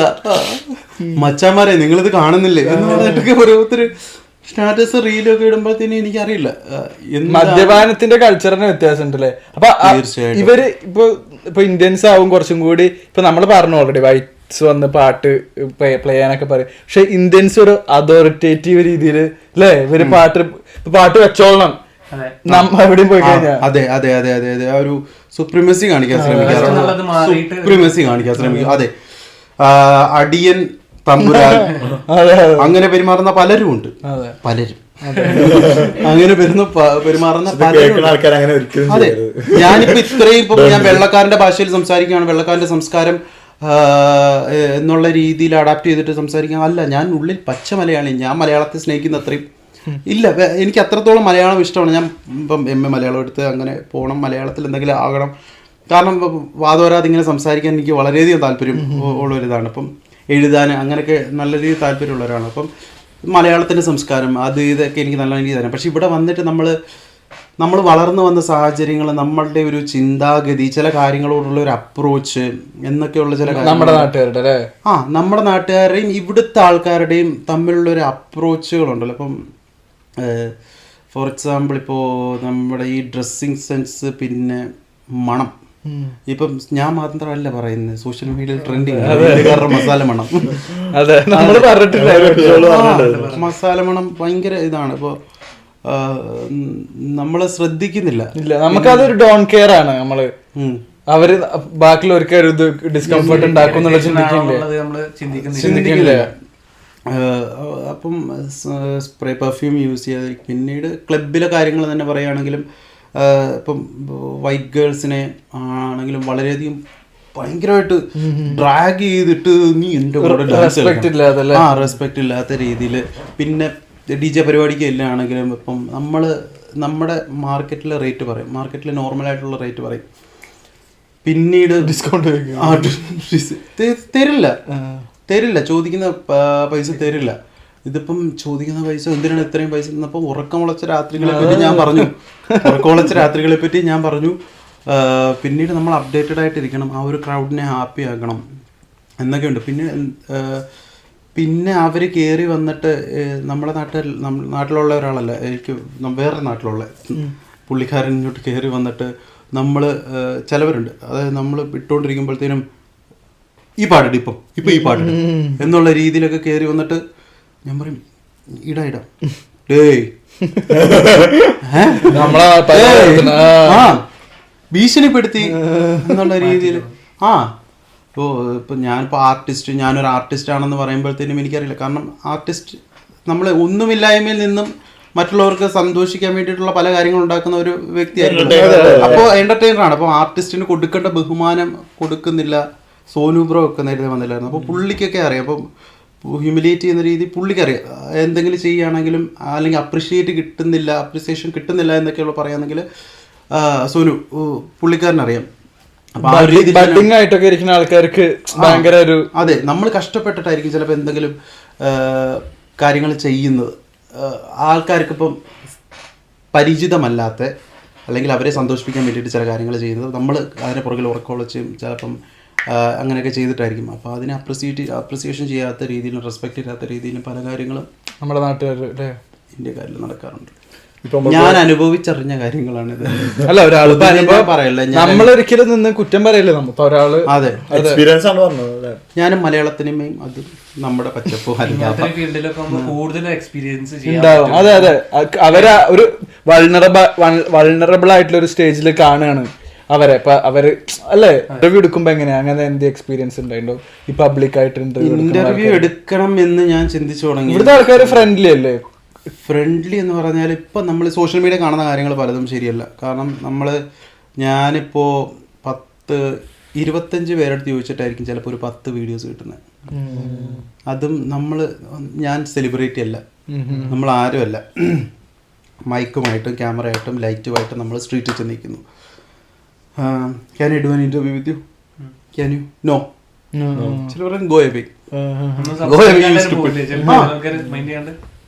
റിജക്ഷൻ രാമൻകുട്ടി നമ്മൾ ഇത്രയും പേരെടുത്ത് ആൾക്കാരുടെ അടുത്ത് ചോദിക്കുമ്പോഴത്തേനും ചിലവർ പറയും okay what kind of question you want ask. Okay ഞാൻ പറയും okay this is the question and I am a straight interview, I do this kind of videos and this is my passion, blah blah blah blah, and I am thinking about this kind of, so what is your opinion? Not interested, bye. 8 minute 10 minute നമ്മൾ ഇവിടെ explain ചെയ്തിട്ട് പുള്ളി പറയും പിന്നെ അവരുടെ personal opinion താല്പര്യമാണ് എന്ത് ചെയ്യണം എന്നുള്ളത്. ബട്ട് ഇതിൻ്റെ ഔട്ട്കമ്മിനെ പറ്റിയാണ് ഞാൻ സംസാരിക്കുന്നത്. അപ്പോൾ നമ്മളിപ്പം 25 പേർക്ക് ചോദിച്ചിട്ടായിരിക്കും ചിലപ്പോൾ 10 വീഡിയോസ് കിട്ടുന്നത്. ഈ 10 വീഡിയോസ് കിട്ടിയാലും ഇതിനകത്ത് ചിലപ്പം അവരെ കൊണ്ട് നമ്മൾ പറയിപ്പിക്കാൻ ആയിട്ട് എടുക്കുന്ന ഒരു ഇതുണ്ടല്ലോ. ഇപ്പം ഇവിടെ യൂറോപ്പാണ്, പ്യൂർ ഇംഗ്ലീഷ് അല്ല. അവർക്ക് ഇംഗ്ലീഷ് മനസ്സിലാവണമെന്നില്ല. ചിലപ്പോൾ അവർക്ക് കട്ടിവാക്കുകളൊക്കെ വെച്ചിട്ട് വെച്ചണത്തണമെന്നുണ്ടായിരിക്കും. പക്ഷെ അവർക്ക് അറിയാത്ത സാഹചര്യം ഉണ്ട്. അപ്പൊ പിന്നെ നമ്മൾ അടുത്ത ക്വസ്റ്റ്യൻ ചോദിക്കണം ആ സ്പോട്ടിൽ. Do you think this? I think what I am thinking about this. Do you know what is that? എന്ന് പറഞ്ഞിട്ട് നമ്മൾ ഈ സബ് ക്വസ്റ്റ്യൻസ് എല്ലാം നമ്മൾ കട്ട് ചെയ്യണം, എഡിറ്റ് ചെയ്തിട്ട് പിന്നെ ആൾക്കാർക്ക് കാണുന്ന രീതിയിൽ നമ്മൾ എടുത്ത് പോസ്റ്റ് ചെയ്യുന്നു. നമ്മളിത് കാണുമ്പോ എന്താണ് നേരെ ഈസി ആൻസേഴ്സ് വരുന്നു. നല്ലൊരു എഫേർട്ട് ഉണ്ടല്ലേ, സമയം സ്പെൻഡ് ചെയ്യണ്ടേ ഇത്രയും ആളെ. ചില നമ്മളിപ്പം ഞാൻ ചിലപ്പോൾ തുടങ്ങുന്നത് 9 മണിക്ക്, രാത്രി 9 മണി 9:30 ടു വെളുപ്പിനെ 2:30 വരെയൊക്കെ നിൽക്കും. ഞാനിപ്പോൾ ബിഗിനിങ് സ്റ്റേജാണ് ഈ ഒരു സ്ട്രീറ്റ് ഇൻ്റർവ്യൂവിൽ. പക്ഷേ എന്നെക്കാട്ടിലും മുമ്പേ ഒരു പുള്ളിക്കാരനുണ്ട്, എനിക്കറിയാവുന്ന ഒരു പുള്ളിക്കാരൻ, വേറെ രാജ്യക്കാരനാണ്. പുള്ളിക്കാരനൊക്കെ സീംലെസ്ലി അൺകട്ട് വീഡിയോസാണ് ചെയ്യുന്നത്. സോ എനിക്കും അതുകൊണ്ട് ചെയ്യാൻ താല്പര്യമുണ്ട്. സോ പ്യുവർ റിയാക്ഷൻ നമുക്ക് കിട്ടും. ഞാൻ പലയിടത്തു നിന്നും കേട്ടിട്ടുണ്ട്. ഞാനിപ്പം ആ ഒരു സ്ട്രീറ്റിലാണ് പ്ലേ ചെയ്യുന്നത്, DJ പ്ലേ ചെയ്യുന്നത്. സോ ഞാൻ അങ്ങോട്ട് പോകുന്ന സമയത്ത് പുള്ളി ഓരോരുത്തരെ ഇൻ്റർവ്യൂ ചെയ്യുന്നത് ഞാൻ കണ്ടിട്ടുണ്ട്. ഇപ്പം എനിക്കതിന് സമയം കിട്ടാറില്ല ഇൻ്റർവ്യൂ ചെയ്യാൻ വേണ്ടിയിട്ട്. സോ പുള്ളി interview everybody told that you are here somewhere. Oh really, അതായത് പലരും പറഞ്ഞു. അപ്പോൾ പുള്ളി അത്രയും ഫേമസ് ആണ്. Okay so finally I met you. പുള്ളിൻ്റെ വീഡിയോ കണ്ടാലും നമുക്ക് അറിയാൻ പറ്റും. സോ പുള്ളി ഇപ്പോൾ ആ ഒരു ഇതിലേക്ക് എത്തി, ആ ഒരു ഫെയിമിലേക്ക് എത്തി. സോ ഞാനും അത് ബിൽഡ് ചെയ്ത് കൊണ്ടുവരണം. സോ എൻ്റേതായിട്ടുള്ള ഒരു സ്റ്റൈല് ഞാൻ ക്രിയേറ്റ് ചെയ്തിട്ട് ഞാൻ ആ ഒരു രീതിയിലേക്ക് കൊണ്ടുവരണം. ആ ഒരു സ്റ്റൈല് ക്രിയേറ്റ് ചെയ്യാൻ വളരെയധികം ബുദ്ധിമുട്ടാണ്. ഞാൻ ഈ ചോദ്യങ്ങൾ ചോദിക്കുന്നതെന്ന് വെച്ചാൽ ചിലപ്പം എൻ്റെ ഇപ്പോഴത്തെ വീഡിയോസ്, ഞാനിപ്പോൾ ലാസ്റ്റ് ഇട്ട videos majority of the videos ഞാൻ ചെയ്യുന്നതെന്ന് വെച്ചാൽ ലൈഫിൽ നമുക്ക് ഉത്തരം കിട്ടാത്ത ചില ചോദ്യങ്ങളുണ്ട്. എന്താണ് ഇപ്പോൾ purpose of life? Okay tell me what is the ഒരു ഗ്രേറ്റ് ഡിസിഷൻ നിങ്ങളുടെ ജീവിതത്തിൽ കഴിഞ്ഞ വർഷം നിങ്ങളെടുത്ത്, അല്ലെങ്കിൽ നിങ്ങളുടെ ജീവിതത്തിലെ ഒരു ടേണിംഗ് പോയിന്റ് എന്താണ്, നിങ്ങളുടെ ജീവിതം മാറ്റിമറിച്ച ഒരു സിറ്റുവേഷൻ എന്താണ്? അത് ഇപ്പം സൗരഭ് എൻ്റെ അടുത്ത് പറയുകയാണെങ്കിൽ ഞാൻ അതിനെക്കാട്ടി വലിയ ഏതാണ്ടൊരു കുമിള എടുത്തിട്ട് ഭയങ്കര എൻ്റെ ജീവിതം, അയ്യോ എൻ്റെ ജീവിതം മാത്രം എന്താണ് ഇങ്ങനെ എന്ന് വെച്ചുകൊണ്ടിരിക്കുന്ന ഞാൻ, നിങ്ങളുടെ ജീവിതത്തിലെ അനുഭവങ്ങൾ കേൾക്കുമ്പോഴത്തേനും ഞാൻ അത് ഇത്രേ ഉള്ളൂ, എൻ്റെ പ്രശ്നം ഇതിനെക്കാട്ടി ചെറുതാണല്ലോ എന്നൊക്കെയുള്ളൊരു തോന്നലാണ്.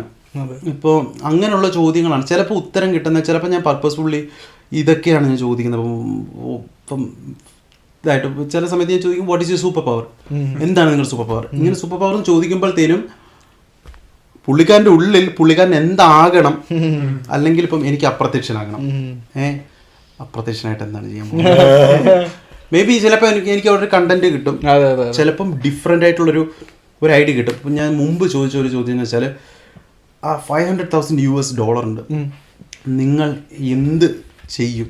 ഒരു ഒരു ഒരു ഒരു ബാഡ് ബിസിനസ് തുടങ്ങണം, ഒരു വളരെ മോശമായ ഒരു ബിസിനസ് തുടങ്ങണം. അപ്പം എന്താ, എനിക്ക് ഉത്തരം കിട്ടാത്തൊരു ചോദ്യമായിരുന്നു അത്. എന്തായിരിക്കും ആൾക്കാർ തുടങ്ങാൻ പോകുന്നത്? ചിലവരെൻ്റെ അടുത്ത് പറഞ്ഞത് ഓർഗൻസ് വിൽക്കുന്നു, ബ്ലാക്ക് മാർക്കറ്റിൽ ഓർഗൻസ് വിൽക്കും.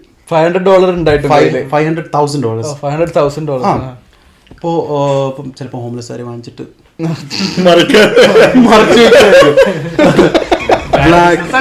ബാഡ് ബിസിനസ്, ക്രിയേറ്റീവ് ആണ്. ബാഡ് ബിസിനസ് വളരെ മോശമായ ഒരു ബിസിനസ്. അത് അടിപൊളി ചോദ്യം. പിന്നെ പറഞ്ഞെന്ന് വെച്ചാൽ ഇപ്പം യൂസ്ഡ് ആയിട്ടുള്ള അണ്ടർ ഗാർമെന്റ്സ് ബിസിനസ്, അത് മാർക്കറ്റിലുണ്ട്, ബ്ലാക്ക് മാർക്കറ്റിൽ അതേ ഉണ്ട്. അത് പിന്നെ ഫ്രോഗിന്റെ കാഷ്ടം, തവളയുടെ കാഷ്ടം വെച്ചിട്ട് ഫേസ് മാസ്ക്, ആ ഒരു ഇത് ബ്യൂട്ടി. ന്യൂഡ് റെസ്റ്റോറന്റ്, ടോപ്ലെസ് ആയിട്ടുള്ള റെസ്റ്റോറന്റ്, സ്മെല്ലി സോക്സ്, ഇതൊക്കെയാണ്. ഇതൊക്കെ നമുക്കൊരു പുതിയ അനുഭവമാണ്. ഇരുന്ന് നമ്മൾ നോക്കി ചോദിക്കുന്ന സമയത്ത് ഇവർക്ക് അത് ഒരു സഡൻ ചോദ്യമല്ലേ അല്ലേ? അപ്പോ ഇത് ചില ക്വസ്റ്റ്യൻസും ഈ ചോദ്യങ്ങളൊക്കെ മുമ്പ് ഞാൻ ഒരൊറ്റ ക്വസ്റ്റ്യൻ ആയിട്ട് സ്ട്രീറ്റിലോട്ട് പോകത്തുള്ളായിരുന്നു. സ്ട്രീറ്റിലോട്ട് പോകുന്നു, 10 പേരെ കാണുന്നു, സെയിം ചോദ്യം ചോദിക്കുന്നു, എന്നിട്ട് ടപ്പന്ന് എഡിറ്റ് ചെയ്ത് കയറ്റി വിടുന്നു. അപ്പം ഒരു ക്വസ്റ്റ്യനും 10 പേരും 10 പോയിന്റ് ഓഫ് വ്യൂ. അതിനായിരുന്നു ആക്ച്വലി കുറച്ചും കൂടെ കാണികൾ കൂടുതലും കുറച്ചും കൂടെ ഇൻട്രസ്റ്റിംഗ് ആയിട്ടുള്ളത്. പിന്നീട് ഞാൻ വിചാരിച്ചു കുറച്ചും കൂടെ ക്വാളിറ്റി ബിൽഡ് ചെയ്യണം എന്നുള്ള രീതിയിൽ ഒരാളുടെ പെർസ്പെക്റ്റീവ് മാത്രം ഒരു കഥയായിട്ട് എടുത്ത് ഒരു രീതിയിൽ okay tell me what is A great decision that you have took last year and it have changed your life blah blah. Okay ആ ഒരു റീലായിട്ട്. പക്ഷെ അതിന് ഇത് ആൾക്കാർ കൂടുതലാണ്. ആൾക്കാർക്ക് എപ്പോഴും നെഗറ്റീവാണ് വേണ്ടത്, കുറച്ച് ഇൻട്രസ്റ്റിംഗ് ആയിട്ടുള്ള കാര്യങ്ങളാണ്. സോ ഈ ഒരു രീതിയിൽ നമ്മൾ കാര്യങ്ങൾ ക്രിയേറ്റ് ചെയ്യണം. ഇപ്പോൾ സ്ട്രീറ്റ് ഇൻ്റർവ്യൂ അതാണ്. ഇപ്പോൾ ഞാൻ കുറച്ച് പോസ്റ്റ് എടുത്ത് വെച്ചേക്കാണ്, കാരണം ഈ ഒരു ഇത് കാരണം. അത് ഞാൻ അതും ചോദിക്കാൻ നിൽക്കുന്നു. ഇപ്പോൾ ഇത്രയും സാധനങ്ങൾ മാനേജ് ചെയ്ത് പോവാന്ന് പറഞ്ഞ സമയം അല്ലേ, അത് മാനേജ് ചെയ്യണം എങ്ങനെയാ? ഇപ്പോൾ അറിയില്ല. എഡിറ്റിങ്ങും വീഡിയോ ഞാൻ ചിലപ്പോൾ കൂട്ടുകാരെ വിളിച്ചു മറ്റേ ട്രൈപോഡിനകത്ത് വെച്ചിട്ട് ലൈറ്റ് പൊക്കി പിടി അങ്ങനെ പറയും. പിന്നെ ബാക്കിയുള്ളതെല്ലാം മിക്കവാറും ഞാൻ തന്നെയാണ്, വേറെ ഇല്ല ഇതിനകത്ത്. സമയത്തിൻ്റെ കാര്യമൊക്കെ കാണാം. ചില കാര്യങ്ങൾ നടക്കും, ചില കാര്യങ്ങൾ നടക്കത്തില്ല. ചിലയിടത്ത് എന്തെങ്കിലും എക്സ്ക്യൂസീവ് പറയും, ചിലയിടത്ത് ടൈം മാനേജ്മെൻറ്റ് വളരെയധികം ബുദ്ധിമുട്ടാണ്, ചിലപ്പം ഉറക്കത്തിൻ്റെ ബുദ്ധിമുട്ടാണ്, ചിലപ്പോൾ തോട്ട്സ് ഭയങ്കരമായിട്ട് കൂടും, മാനസികമായിട്ട് നമുക്ക് ഭയങ്കര ബുദ്ധിമുട്ടായിരിക്കും. ഞാൻ വേറെ നമ്മളിപ്പോൾ ഇങ്ങനെ സോഷ്യലായിട്ട് ഇത്രയും നേരം നിങ്ങൾ ഇടപഴകി കഴിഞ്ഞ് പിന്നെ നിങ്ങൾ ഒറ്റയ്ക്ക് വീട്ടിൽ പോയി താമസിക്കുന്ന സമയത്ത് അല്ലേ നമുക്കത് ഭയങ്കര ഒരു ഇത് ഫീൽ ചെയ്യില്ലേ? ഭയങ്കര ബുദ്ധിമുട്ടാണ്. ഇപ്പൊ അത്രയും ഞാൻ കേട്ടിട്ടുണ്ട് എന്തോ ഒളിമ്പിക്സ് ഇതുകൊണ്ട് എന്തോ ഒരു കണ്ടീഷൻ ഉണ്ട്. അതായത് ഒളിമ്പിക് ഗോൾഡ് മെഡൽ കിട്ടിയിട്ട് അപ്പൊ ഭയങ്കര അപ്രിസിയേഷൻ ആണല്ലോ കിട്ടുക നമുക്ക്, നമ്മളെ ആ ഒരു ഡയസിലിരുത്തി ഭയങ്കര ഇതായിട്ട്. പിന്നെ നമ്മൾ വീട്ടിൽ പോയി കഴിഞ്ഞാൽ അവർക്ക് ഡിപ്രഷൻ വരും. അതേമാതിരി ഇപ്പൊ നമ്മൾ DJ ചെയ്യണം, നമ്മൾ അത്രയും ഒരു ഹൈപ്പർ ആയിട്ടുള്ള ഇതൊക്കെയാണ്. പിന്നെ ഇന്റർവ്യൂ ചെയ്യുമ്പോഴും നമ്മളിങ്ങനെ കുറെ ആൾക്കാരായിട്ട് സംസാരിക്കുന്നു, കുറെ ആൾക്കാരുടെ ഇടയിലാണ്. അതിൽ ഗുഡ് ഓർ ബാഡ് എക്സ്പീരിയൻസ് നമ്മളിങ്ങനെ ഒരു സോഷ്യലൈസ് ചെയ്യാണ്. പിന്നെ വീട്ടിൽ പോയി വരുമ്പോൾ അതിന്റെ നേരെ പക്കാ സൈലൻസ് ആയിട്ടുള്ളൊരു. ഞാൻ ഈ ആങ്കറിങ്ങും ചെയ്യാറുണ്ട് ഇടയ്ക്ക് സ്റ്റേജുകളിൽ. അപ്പോൾ ഞാൻ അന്നത്തെ ദിവസം രാവിലെ ഒന്നും കഴിക്കില്ല.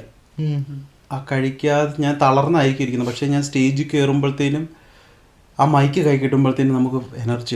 പ്രിയപ്പെട്ട സുഹൃത്തുക്കളെ, നമ്മളെല്ലാം ഇവിടെ കടന്നു വന്നിരിക്കുന്നത് ഓണത്തിൻ്റെ ഒരു മേക്കപ്പ് പരിപാടിക്ക് വേണ്ടിയിട്ടാണ്. നിങ്ങളെല്ലാം റെഡിയാണോ? ഞാൻ റെഡിയാണ് എന്ന് പറഞ്ഞ് നമ്മൾ എങ്ങനെ കണ്ടിന്യൂസ്ലി നമ്മൾ ഫുള്ള് ഇങ്ങനെ മാക്സിമം അവിടെ, എനിക്കറിയില്ല, ഞാൻ അങ്ങനെയാണ് ശീലിച്ച് വന്നത്. കാരണം അങ്ങനെ ചെയ്ത് നമ്മൾ അവസാനം തളർന്ന് വീട്ടിൽ ചെന്ന് കയറി കിടന്നുറങ്ങണം. സോഷ്യൽ ബാറ്ററി ഡെഡ് ആവണം. അല്ല നമ്മള് ഫുള്ള് ഇങ്ങനെ സെറ്റായി ഇരുന്ന് ഓക്കെ. പിന്നെ എനർജി ഉണ്ടായ സീനല്ലേ ഈ നമ്മളിതെല്ലാം ഈ ആരവും ബേളും ഇതെല്ലാം കഴിഞ്ഞ ആൾക്കാരെല്ലാം ഇതെല്ലാം ബേളും ആക്കി നമ്മളിങ്ങനെ തിരിച്ച് വീട്ടിൽ ചെന്നിട്ട് മാക്സിമം അങ്ങനെ ഡെഡ് ആയിട്ട് ഉറങ്ങുക ആ ഒരു രീതിയാണ് ചെയ്യുന്നത്. ഇപ്പം പക്ഷെ ഓപ്പോസിറ്റ് ആയിട്ട് ചില സമയങ്ങളിൽ അങ്ങനെ വേണം തോന്നിയിട്ടുണ്ടോ? അതായത് ഒറ്റയ്ക്കിരിക്കണം എന്ന് എനിക്ക് തോന്നിയിട്ടുണ്ട്. ഒറ്റയ്ക്ക് ഇരുന്നാലേ കാര്യങ്ങൾ നടക്കത്തുള്ളൂ. ആരെങ്കിലും കൂടെ ഉണ്ടെങ്കിൽ നടക്കില്ല. നമ്മുടെ തല വർക്കാവത്തില്ല. എന്തെങ്കിലും നമുക്ക് വെളിത്തരം എന്തെങ്കിലും ഭ്രാന്ത് നമുക്ക് ചെയ്യണമെങ്കിൽ ഒറ്റയ്ക്കിരുന്ന് ചിന്തിക്കണം. വേറൊരാളുടെ അഭിപ്രായം ചോദിക്കാൻ പോയാൽ, എൻ്റെ കാര്യത്തിൽ വേറെ ആരുടെ അഭിപ്രായം ചോദിക്കാൻ പോയാൽ അതിൽ പിന്നെ രണ്ടാമതൊരു തോട്ട് വരും. സത്യം, ശരിയാണ്, വേറൊരു ഓപ്ഷൻ വരും, ഓ ഇങ്ങനെ ചെയ്യാമല്ലോ, അതെ എന്നൊരു തോട്ട് വരും. സോ നമ്മളിപ്പോൾ എന്തെങ്കിലും പുറത്ത് കാര്യങ്ങൾ ചെയ്ത് വന്നിട്ട് rest, mentally rest, physically rest എല്ലാം ചെയ്തിട്ട് എന്നാൽ മാത്രമേ പിന്നെ നമുക്ക് എന്തെങ്കിലും ജനറേറ്റ് ചെയ്യാൻ പറ്റത്തുള്ളൂ. ഐഡിയാസ് ആയാലും ബാക്കിയുള്ള കാര്യങ്ങളായാലും. അപ്പൊ ഡിജെയുടെ കാര്യം പറഞ്ഞപ്പോഴാണ് ക്രിസ്ത്യൻ പള്ളി വയനാട്ടില് ക്രിസ്ത്യൻ പള്ളിയുടെ ഒരു റീൽസ് കണ്ടിരുന്നു. അതിലുണ്ട് ഈ ലൈറ്റിങ്ങും ഡിജെയും അവരുടെ പള്ളി പെരുന്നാളിന്റെ പള്ളി കത്തിക്കുന്ന മതി കണ്ടിട്ടില്ലേ? ഭയങ്കര ലൈറ്റിംഗ് ഒക്കെ ഇട്ടിട്ട് ഭയങ്കര വൈറലായിരുന്നു അത്. സൺബേൺ ഒക്കെ മാറി. അതെ അതെ, അത് കണ്ടു കഴിഞ്ഞാൽ ഇപ്പൊ എക്സാക്ട്ലി അതിന്റെ കമന്റ്സിലൊക്കെ ഞാൻ കണ്ടിരുന്നുണ്ട്.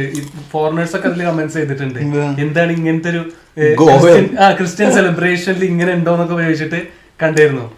അല്ല സിബിൻ ഇപ്പൊ പള്ളിയായിട്ട് അടുത്ത ഇടപഴകിയായിരുന്ന ആളല്ലേ നാട്ടില്? നാട്ടില് ഞാൻ ക്രിസ്ത്യ വിശ്വാസിയായിരുന്നു. ഇപ്പോഴും മമ്മി വിശ്വാസിയാണ്. ഞാൻ അന്ധവിശ്വാസങ്ങൾ എന്ന് പറഞ്ഞാൽ കോമൺ സെൻസ് ലോജിക്കും ഉള്ള ഒരാൾക്ക് ചിന്തിക്കാൻ പറ്റുന്നേ ഉള്ളൂ. ഇപ്പം ഞാൻ പറയുന്നത് എൻ്റെ കാര്യമാണേ. കാരണം ഇതിപ്പം എൻ്റെ പേഴ്സണൽ ആയിട്ടുള്ള അഭിപ്രായമാണ്. ഇപ്പം ഞങ്ങളുടെ ക്രിസ്ത്യാനിറ്റി തന്നെ 2-3 വിഭാഗങ്ങളുണ്ട്. അതായത് റോമൻ കത്തോലിക്ക, ഓർത്തഡോക്സ്, മർത്തോമ, ബെന്തക്കോസ്ത്, സാൽവേഷൻ ആർമി, യഹോവ സൈന്യം, യഹോവ witness, Roman Catholic, Latin Catholic, അവിടെ അത് ഇങ്ങനെയൊക്കെ പറഞ്ഞിട്ട്. പക്ഷെ മെയിൻ ഒരു പുള്ളിയാണ് ഉള്ളത്, കർത്താവ്. പുള്ളിക്കാരനെയാണ് ആരാധിക്കുന്നത്. അപ്പോൾ പക്ഷേ 10 സഭകളുണ്ടെങ്കിൽ 10 ആരാധനക്രമങ്ങളാണ്. ഇപ്പം ഇന്റർനാഷണലി നോക്കുവാണെങ്കിൽ കർത്താവിന് ഡിഫറെന്റ് കളറാണ്. നമ്മുടെ കർത്താവിന് വേറെ കളർ, അറബികളുടെ കർത്താവിന് വേറെ കളർ, ആഫ്രിക്കക്കാരുടെ കർത്താവിന് വേറെ കളർ. അത് എവിടുത്തനായോ? പിന്നെ നാട്ടിലെ 10 ബൈബിൾ എടുത്ത് നോക്കുന്നത് 10 ബൈബിളിന് 10 കളർ. ചുമന്ന ബൈബിള്, നീല ബൈബിള്, കറുത്ത ബൈബിള്, പുതിയ നിയമം, പഴയ നിയമം, അവിടുത്തെ നിയമം എന്നുള്ള രീതിയിൽ വേറെ വേറെ ബൈബിളും കാര്യങ്ങളും, വേറെ ചൊല്ലുകൾ, വേറെ പ്രാർത്ഥനകൾ, അച്ഛൻ്റെ കുപ്പായങ്ങൾക്ക് തന്നെ വേറെ വേറെ രീതികൾ, തൊപ്പിയിട്ട അച്ഛന്മാരുണ്ട്, അരയിൽ ഇത് കെട്ടിയ അച്ഛന്മാരുണ്ട്, അരയിൽ കെട്ടാത്ത അച്ഛന്മാരുണ്ട്, കല്യാണം കഴിച്ച അച്ഛന്മാരുണ്ട്, കല്യാണം കഴിക്കാത്ത അച്ഛന്മാരുണ്ട്, പല രീതികളും ഉണ്ട്. ഇത് ആരെ കർത്താവിക്കുന്നത്? ഞങ്ങളുടെ ദൈവമായ കർത്താവ്, ഞങ്ങളുടെ ഉയർത്തെഴുന്നേറ്റ യേശു ക്രിസ്തുവെ. ഈ പുള്ളിക്കാരനെ തന്നെ ആരാധിച്ചിട്ട് ഇത് ഐക്യമാണോ ഇത്? ക്രിസ്ത്യാനി എന്ന് പറയുമ്പോഴത്തേനും ക്രിസ്തുവിന്റെ അനുയായികൾ, അവരെയാണ് ക്രിസ്ത്യാനികൾ എന്ന് വിളിക്കുന്നത്. സോ ഇതിപ്പോ എല്ലാവരും ക്രിസ്തുവിനെ ആരാധിച്ചിട്ട് 10 പേരും 10 രീതിയിൽ ആരാധിച്ചാൽ 2-3 പേർ എൻ്റെ നാമത്തിൽ എവിടെ കൂടിയാലും ഞാൻ അവരുടെ മധ്യം ഉണ്ടാകും എന്നാണ് കർത്താവ് അരുളി ചെയ്തത്. അങ്ങനെയാണ് ബൈബിൾ പറഞ്ഞിട്ടുള്ളത്. അപ്പൊ ഇവരെല്ലാവരും കൂടി ഈ ലക്ഷങ്ങളുടെ പള്ളിയും കെട്ടി തിരുമേനിമാർക്കും പോപ്പുമാർക്കും സഞ്ചരിക്കാൻ ബെൻസ് കാറും ആ കാറും ഈ കാറും, ഈ ലക്ഷങ്ങളുടെ വെടിക്കെട്ട് പരിപാടിയും, എത്രയോ പട്ടിണി കിടക്കുന്ന ആൾക്കാരുണ്ട്. ഇപ്പൊ DJ പരിപാടി പറഞ്ഞോണ്ട് പറയല്ലേ അല്ലേ? അതിന് മൊത്തത്തിൽ ഞാൻ പറഞ്ഞതാണ്. ഇപ്പൊ DJ പരിപാടി എന്തുമാത്രം കാശായിരിക്കും. നാട്ടിലൊക്കെ DJക്ക് 10-50,000 ഒക്കെയാണെന്ന് തോന്നുന്നു ഒരു സെറ്റിന്. കോളേജ് പരിപാടികൾക്കും ബാക്കി അവരുടെയൊക്കെ റേറ്റ് കേട്ടോ 50,000-10,000 ഒക്കെയാണ്. ഇപ്പൊ ശരാശരി മനുഷ്യൻ ജീവിക്കാൻ പറ്റുന്ന ഇപ്പം 10,000 രൂപ മതി. അത്യാവശ്യം ചെലവുകളൊക്കെ നടന്നു പോകാനായിട്ട് 10,000 മതി. കുറച്ച് നാളത്തേക്ക്. അപ്പം ഇത്രയും കാശ് ഇറക്കുന്ന 50,000, അത്രയും പള്ളി വർക്കും കാര്യങ്ങളും ഒക്കെ ചെയ്തവന്മാരാണെങ്കിൽ ഒന്ന് ആലോചിച്ച് നോക്കുക, എത്രത്തോളം ഈ ലൈറ്റ് വർക്കും DJ പരിപാടിയൊക്കെ എത്രത്തോളം കാശ് ഇറങ്ങി കാണും. ഇതിന് വേറെ പിരിവുകളുണ്ട് പള്ളികളിൽ. സ്തോത്ര കാഴ്ച പിരിവ്, അരമന കൊടുക്കാനുള്ള പിരിവ്, ഇതെല്ലാം നമ്മുടെ കയ്യിൽ നിന്നാണ് വാങ്ങിക്കുന്നത്. എന്നിട്ട് നമ്മുടെ പള്ളി കോളേജുകളിൽ, പള്ളി സ്കൂളുകളിൽ കയറാൻ നേരത്ത് നമ്മുടെ കയ്യിൽ നിന്ന് വീണ്ടും ഡൊണേഷൻ വാങ്ങിക്കും. വീണ്ടും നമ്മുടെ റെക്കമെൻഡേഷൻ, അതായത് നമ്മുടെ അപ്പനോ അമ്മയോ അധ്വാനിച്ച്, നമ്മൾ കുഞ്ഞുങ്ങളായിരിക്കുമ്പോഴാണ് അപ്പനോ അമ്മയോ അധ്വാനിച്ചുണ്ടാക്കിയ കാശ് നേർച്ച കാശായിട്ട് കൊണ്ടിടുന്നു. അതിൻ്റെ ഒരു തുക അരമനയിലോട്ട് പോകുന്നു. അവിടുന്ന് അവർ സ്കൂളുകൾ കെട്ടിപ്പൊക്കുന്നു. എന്നിട്ട് നമ്മൾ പഠിത്തം കഴിഞ്ഞിട്ട് അഡ്മിഷൻ വാങ്ങിക്കാൻ ചെല്ലുമ്പോഴത്തേനും ഡൊണേഷൻ ചോദിക്കുന്നു, മാനേജ്മെൻറ്റ് കോട്ടയുണ്ടെന്ന് പറയുന്നു. അങ്ങനെ ഈ പിരിവുകളും കാര്യങ്ങളും നടക്കുന്നത്. അതിനകത്ത് ദൈവത്തിൻ്റെ ആരാധനയും അല്ലെങ്കിൽ ബാക്കിയുള്ളവർക്ക് നന്മ ചെയ്യുന്ന പരിപാടിയൊന്നും ഞാൻ കാണുന്നില്ല. സിബിൻ പറഞ്ഞൊരു കാര്യം, എനിക്ക് ഇപ്പം നമ്മളൊരു വിശ്വാസം എന്നുള്ളൊരു കാര്യം അതൊരു ബിസിനസ്സായി മാറുമ്പോഴല്ലേ നമുക്ക് തോന്നുന്ന അതെങ്ങനെ ഫെയർ ആവണത് എന്നുള്ള രീതിയിൽ. അതെ, ഇതുപോലെ തന്നെ എനിക്ക് തോന്നിയ ഇപ്പൊ ഫോർ എക്സാമ്പിൾ ഇപ്പൊ റീസെന്റ് ഞാൻ ശബരിമലയിൽ മറ്റേ പൊളിറ്റീഷ്യൻസ് പോണേ, ആക്ടേഴ്സ് പോണേ, അവർക്കൊക്കെ പ്രത്യേക ക്യൂ. ഇതിലെന്താ കാശ് കൊടുക്കുന്നവർക്ക് മുൻഗണന കൊടുത്തിട്ട് മുമ്പിൽ കയറി ദൈവത്തെ താഴേക്കാം. ഈ എവിടുത്തെ ബാക്കിയുള്ളവരെല്ലാരും ക്യൂല് പെട്ടെന്ന് പോകുമ്പോൾ 6 പ്രാർത്ഥന കേൾക്കും. ഞാൻ 1000 വട്ടത്തി ഒഴിഞ്ഞിട്ട് ദൈവം ഫസ്റ്റ് എന്റെ കേൾക്കണം, എന്നിട്ട് ഈ ഇവനെ കെട്ടി കേൾക്കാവുള്ളൂ. ഞാനൊരു റീല് കണ്ടു, ഒരു സൈഡിൽ പോലീസുകാർ എടുത്തിട്ട് ഇങ്ങനെ തള്ളി വിടുന്നു, അപ്പുറത്തെ ഒരാള് വൃത്തിക്ക് സമയമെടുത്ത്. അതൊക്കെ എങ്ങനെ ഫെയർ ആവണത്? ഇതിന്റെ എല്ലാം ഇപ്പൊ ഷിബിൻ പറഞ്ഞ പോലെ ഡീവിയേഷൻസ് ആണ്. ഒരുപാട് ഇപ്പൊ ഒരു മതത്തിൽ തന്നെ പല പല ഡീവിയേഷൻസ് വന്നിട്ട് അതിനൊക്കെ ഒരു ലീഡേഴ്സ് ആണ്. അപ്പൊ ഒരു 2 ലീഡർ ഉണ്ടാവുന്ന സമയത്ത് ഇവരെന്ത് ചെയ്യും? ഇത് 2 ഡീവിയേഷൻ ആക്കി മാറ്റും. അവരുടെ ഒരു ഹ്യൂമൻ ഇൻട്രസ്റ്റ് കൊണ്ടുവരാണ്, ഹ്യൂമൻ ആയിട്ടുള്ള ഇൻട്രസ്റ്റ് കൊണ്ടുവരാണ്. അപ്പൊ ഹ്യൂമൻ ആയിട്ട് ഇൻട്രസ്റ്റ് 2 കോൺഫ്ലിക്ട് ആയത്. അപ്പൊ 2 ഡീവിയേഷൻ വന്നു. അതിന് അവർ പേരിട്ടു, സ്ഥാപനങ്ങൾ നടത്തി. അതിനായിട്ട് ഒരു അമ്പലോ ചർച്ചോ അല്ലാന്നുണ്ടെങ്കിൽ ഒരു പള്ളിയോ ഒരു പണിതു. എന്നിട്ട് അതൊരു ഡിഫറെന്റ് ഡിപ്പാർട്ട്മെന്റ് ആക്കി, അതിനുള്ള അനുയായികളായി. പിന്നീട് അതൊരു സംഘടനയായി മാറി. അവർ എന്നിട്ട് അതിനൊരു ചെറിയ ഡിഫറൻസ് ഇപ്പൊ പറഞ്ഞ അച്ഛന്മാർക്ക് വേറെ ഡ്രസ്സോ അല്ലാന്നുണ്ടെങ്കിൽ അങ്ങനെ എന്തെങ്കിലും ചെറിയ ചെറിയ വ്യത്യാസം ഉണ്ടാവുന്നുണ്ടോ? സമാധാനത്തിന്റെ വെള്ളരി പ്രാവുകൾ പള്ളികൾക്ക് വേണ്ടിയിട്ട് റോഡിന്റെ നടുറോഡിൽ കിടന്നിട്ട് അടിയിട്ടിട്ടുണ്ട്. മനോരമ പത്രത്തിനകത്ത് ഫസ്റ്റ് പേജിലും കണ്ട അച്ഛന്റെ തല മുള്ളുവരിക്കാത്ത കൂടി കിടക്കും. അച്ഛൻ പിറ്റേ ഞായറാഴ്ച വന്നിട്ട് ദൈവ മക്കളെ അയലത്തുകാരനെ സ്നേഹിക്കണം, നീ നാശനഷ്ടങ്ങളും ഉണ്ടാക്കരുത്. നമ്മുടെ നാട്ടിൽ തന്നെ ഇതിന്റെ ഈ ഡീവിയേഷൻസ് തമ്മിലുള്ള ഡിബേറ്റുകൾ നടത്തി. അവസാനം അത് അടി കലാശിച്ചു. പറയുമ്പോ ഒരു പീസ്ഫുൾ മതാണ്. പക്ഷെ അറ്റ് ദി എൻഡ് അത് അവര് 2 ഡീവിയേഷൻസും അവർ സംസാരിച്ച് അവസാനം അതൊരു അടിയിലെത്തി. അറ്റ്ലീസ്റ്റ് ഇപ്പൊ ഇവരിങ്ങനെ പറയുന്നുണ്ട് ദൈവികം അങ്ങനെ ഒരു സാധനമാണ്, അതിനെ റെസ്പെക്ട് ചെയ്തൂടെ? അതിനെ റെസ്പെക്ട് ചെയ്തിട്ട് എല്ലാരും ഈക്വലായി കാണാൻ പഠിക്കുക പരസ്പരം. അത് പറ്റാത്തടത്തോളം കാലം എനിക്ക് ഇതിന്റെ ഒന്നും ആവശ്യകത എനിക്ക് പേഴ്സണലി സിബിൻ പറഞ്ഞോടെ 100% ആയിക്കോട്ടെ. പക്ഷെ ആ ഒരു ഫസ്റ്റ് ഒരു കോർ വിശ്വസിക്കുന്ന ഒരാൾക്കുള്ള ഒരു ഫസ്റ്റ് കോറിൽ അത് വിശ്വസിക്കാം. പക്ഷെ അത് ഡീവിയേഷൻ ആയി പോകുമ്പോ പിന്നെ അവർക്കിടയിൽ തന്നെ അത് ഫൈറ്റ് ആയി മാറി. ബാക്കിയുള്ളവരെ വേറിട്ട് കാണുന്നതുണ്ട്. സ്വാർത്ഥ താല്പര്യങ്ങൾ വെച്ചിട്ട് പുതിയ ഇതുണ്ടാക്കുന്ന ഈ യഹോവ സാക്ഷി എന്നൊക്കെ പറഞ്ഞ് പുതിയതായിട്ട് ലേറ്റസ്റ്റ് ആയിട്ട് ഉണ്ടാക്കിയാന്ന് തോന്നുന്നു ഈ സഭ. അത് മർത്തവും ഞാൻ എൻ്റെ സഭയ്ക്കകത്ത് നിന്ന് കണ്ട് പോയതോ കണ്ടോ, ഞങ്ങൾ വേറൊരു സഭയ്ക്കകത്ത് നിന്ന് വന്നതാണ്, ആ സഭ വേറൊരു സഭയിൽ നിന്ന് വന്നതാണ്. എന്തുകൊണ്ടാണ്? ചരിത്രം എടുത്ത് നോക്കുമ്പോഴത്തേനും അവിടെ ഇടി നടന്നു. കിരീടം എടുത്ത് തിരുമേനിയുടെ തലവെക്കാൻ പോയപ്പോഴത്തേനും തെള്ളിയിട്ടു, കൊഞ്ചനം കുത്തി കാണിച്ചു, ഞാൻ ഇറങ്ങി പോവാണ് എന്ന് പറഞ്ഞിട്ടുള്ള രീതിയിൽ പുതിയ സഭ തുടങ്ങി. അതിലൊട്ടും ഒന്നും ഒരു മിറാക്കിളൊന്നും സംഭവിച്ചിട്ടുണ്ടാവണല്ല. 2 ആൾക്കാരുമുള്ള അടിയിലും പൊളിറ്റിക്സിലൊക്കെ സംഭവിക്കണാണ് ഇതെല്ലാം. പിന്നെ ഇടയ്ക്ക് മറ്റേ ഇന്നാര് കരഞ്ഞു, ഇന്നാരുടെ കുരിശിൽ നിന്ന് രക്തം വന്നു എന്നൊക്കെ പറഞ്ഞിട്ടുള്ളത് പ്യുവർ കെമിസ്ട്രിയാണ്. ഞാൻ കണ്ടെടുത്തോളം, ഞാൻ ചെക്ക് ചെയ്തിടത്തോളം, റിസർച്ച് ചെയ്തിടത്തോളം പ്യുവർ കെമിസ്ട്രിയാണ്. എന്ത് മാതാവ് അവിടെ എങ്ങനെ കരയുന്നു? പോസിബിൾ അല്ല. ഞങ്ങളുടെ സയന്റിഫിക് എന്താണ് ഇപ്പം വേറെ തന്നെ ഇപ്പം അതിനകത്ത് ഈ ദൈവങ്ങളെ വെച്ച് ആരാധിക്കുന്ന കാര്യങ്ങളൊക്കെ പറഞ്ഞിട്ടുണ്ട്. ഞങ്ങളുടെ ഇതിനകത്ത് കുരിശുണ്ട്. ഞാൻ ജനിച്ച് മാമോദിസ കൊണ്ട് സഭയ്ക്കകത്ത് കുരിശുണ്ട്, മനുഷ്യൻ നിർമ്മിച്ച കുരിശാണത്. ഞങ്ങളുടെ പള്ളിയുടെ അൾത്താര എന്ന് പറഞ്ഞ സ്ഥലം ഉണ്ടല്ലോ, മറ്റേ ഇങ്ങനെ കട്ടം വലിക്കുമ്പോൾ ഇങ്ങനെ മാഞ്ഞു അച്ഛൻ നിൽക്കുന്ന സ്ഥലം, അതിനെ പറയുന്ന സ്ഥലം അൾത്താര. അൾത്താരയിൽ ഒരു കുരിശ് വെച്ചിട്ടുണ്ട് എൻ്റെ പള്ളിയിൽ. ആ കുരിശ് മനുഷ്യൻ നിർമ്മിച്ചതാണ്, തടിയിൽ. ബൈബിളിൽ വാക്യം ഇത് പറഞ്ഞിട്ടുണ്ട്, മനുഷ്യനാൽ നിർമ്മിതമായതെന്തോ അത് ബിംബം, ബിംബങ്ങളെ ആരാധിക്കരുതെന്ന് ബൈബിളിൽ പറഞ്ഞിട്ടുണ്ട്.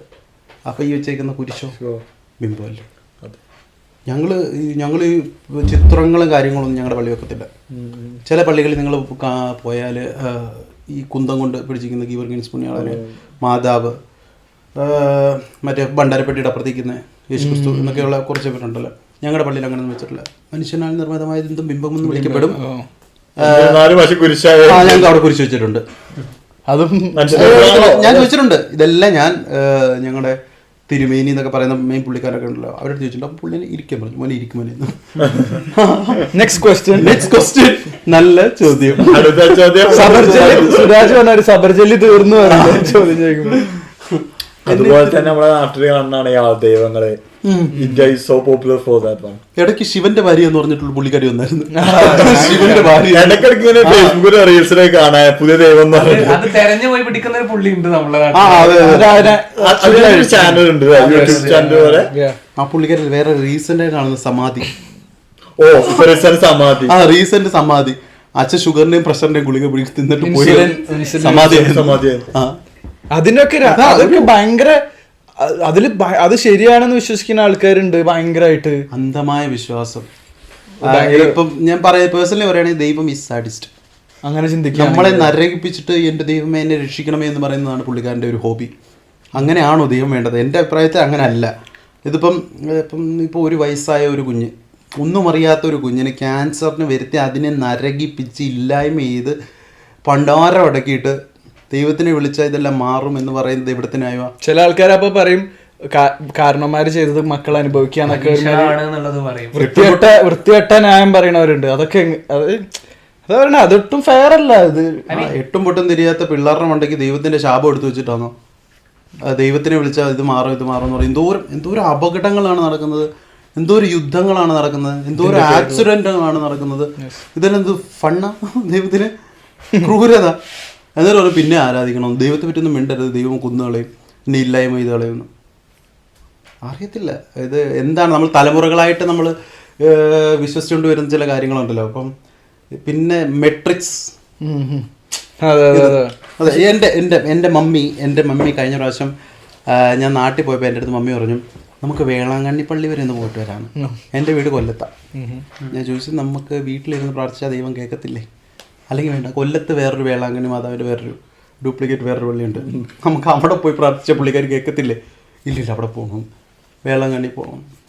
സോ ആ ഒരു വേളാങ്കണ്ണി പള്ളിയിൽ ഒരു മാർക്കറ്റിംഗ് ടീം ഉണ്ടാക്കിയെടുത്തൊരു ഇതുണ്ട് ആ വേളാങ്കണ്ണി പള്ളി. ഇപ്പൊ ഈ സമാധിനെ തിരിച്ചു വരുന്ന സമാധിയിലോട്ട് വരികയാണെങ്കിൽ ഈ സമാധി ഇനിയിപ്പോ അവിടെ ഒരു കൈൻഡ് ഓഫ് റിലീജിയസ് പുതിയ ആശ്രമം പോലെ വന്ന് അവിടെ കുറെ പൈസകൾ കൊടുക്കാൻ തുടങ്ങി.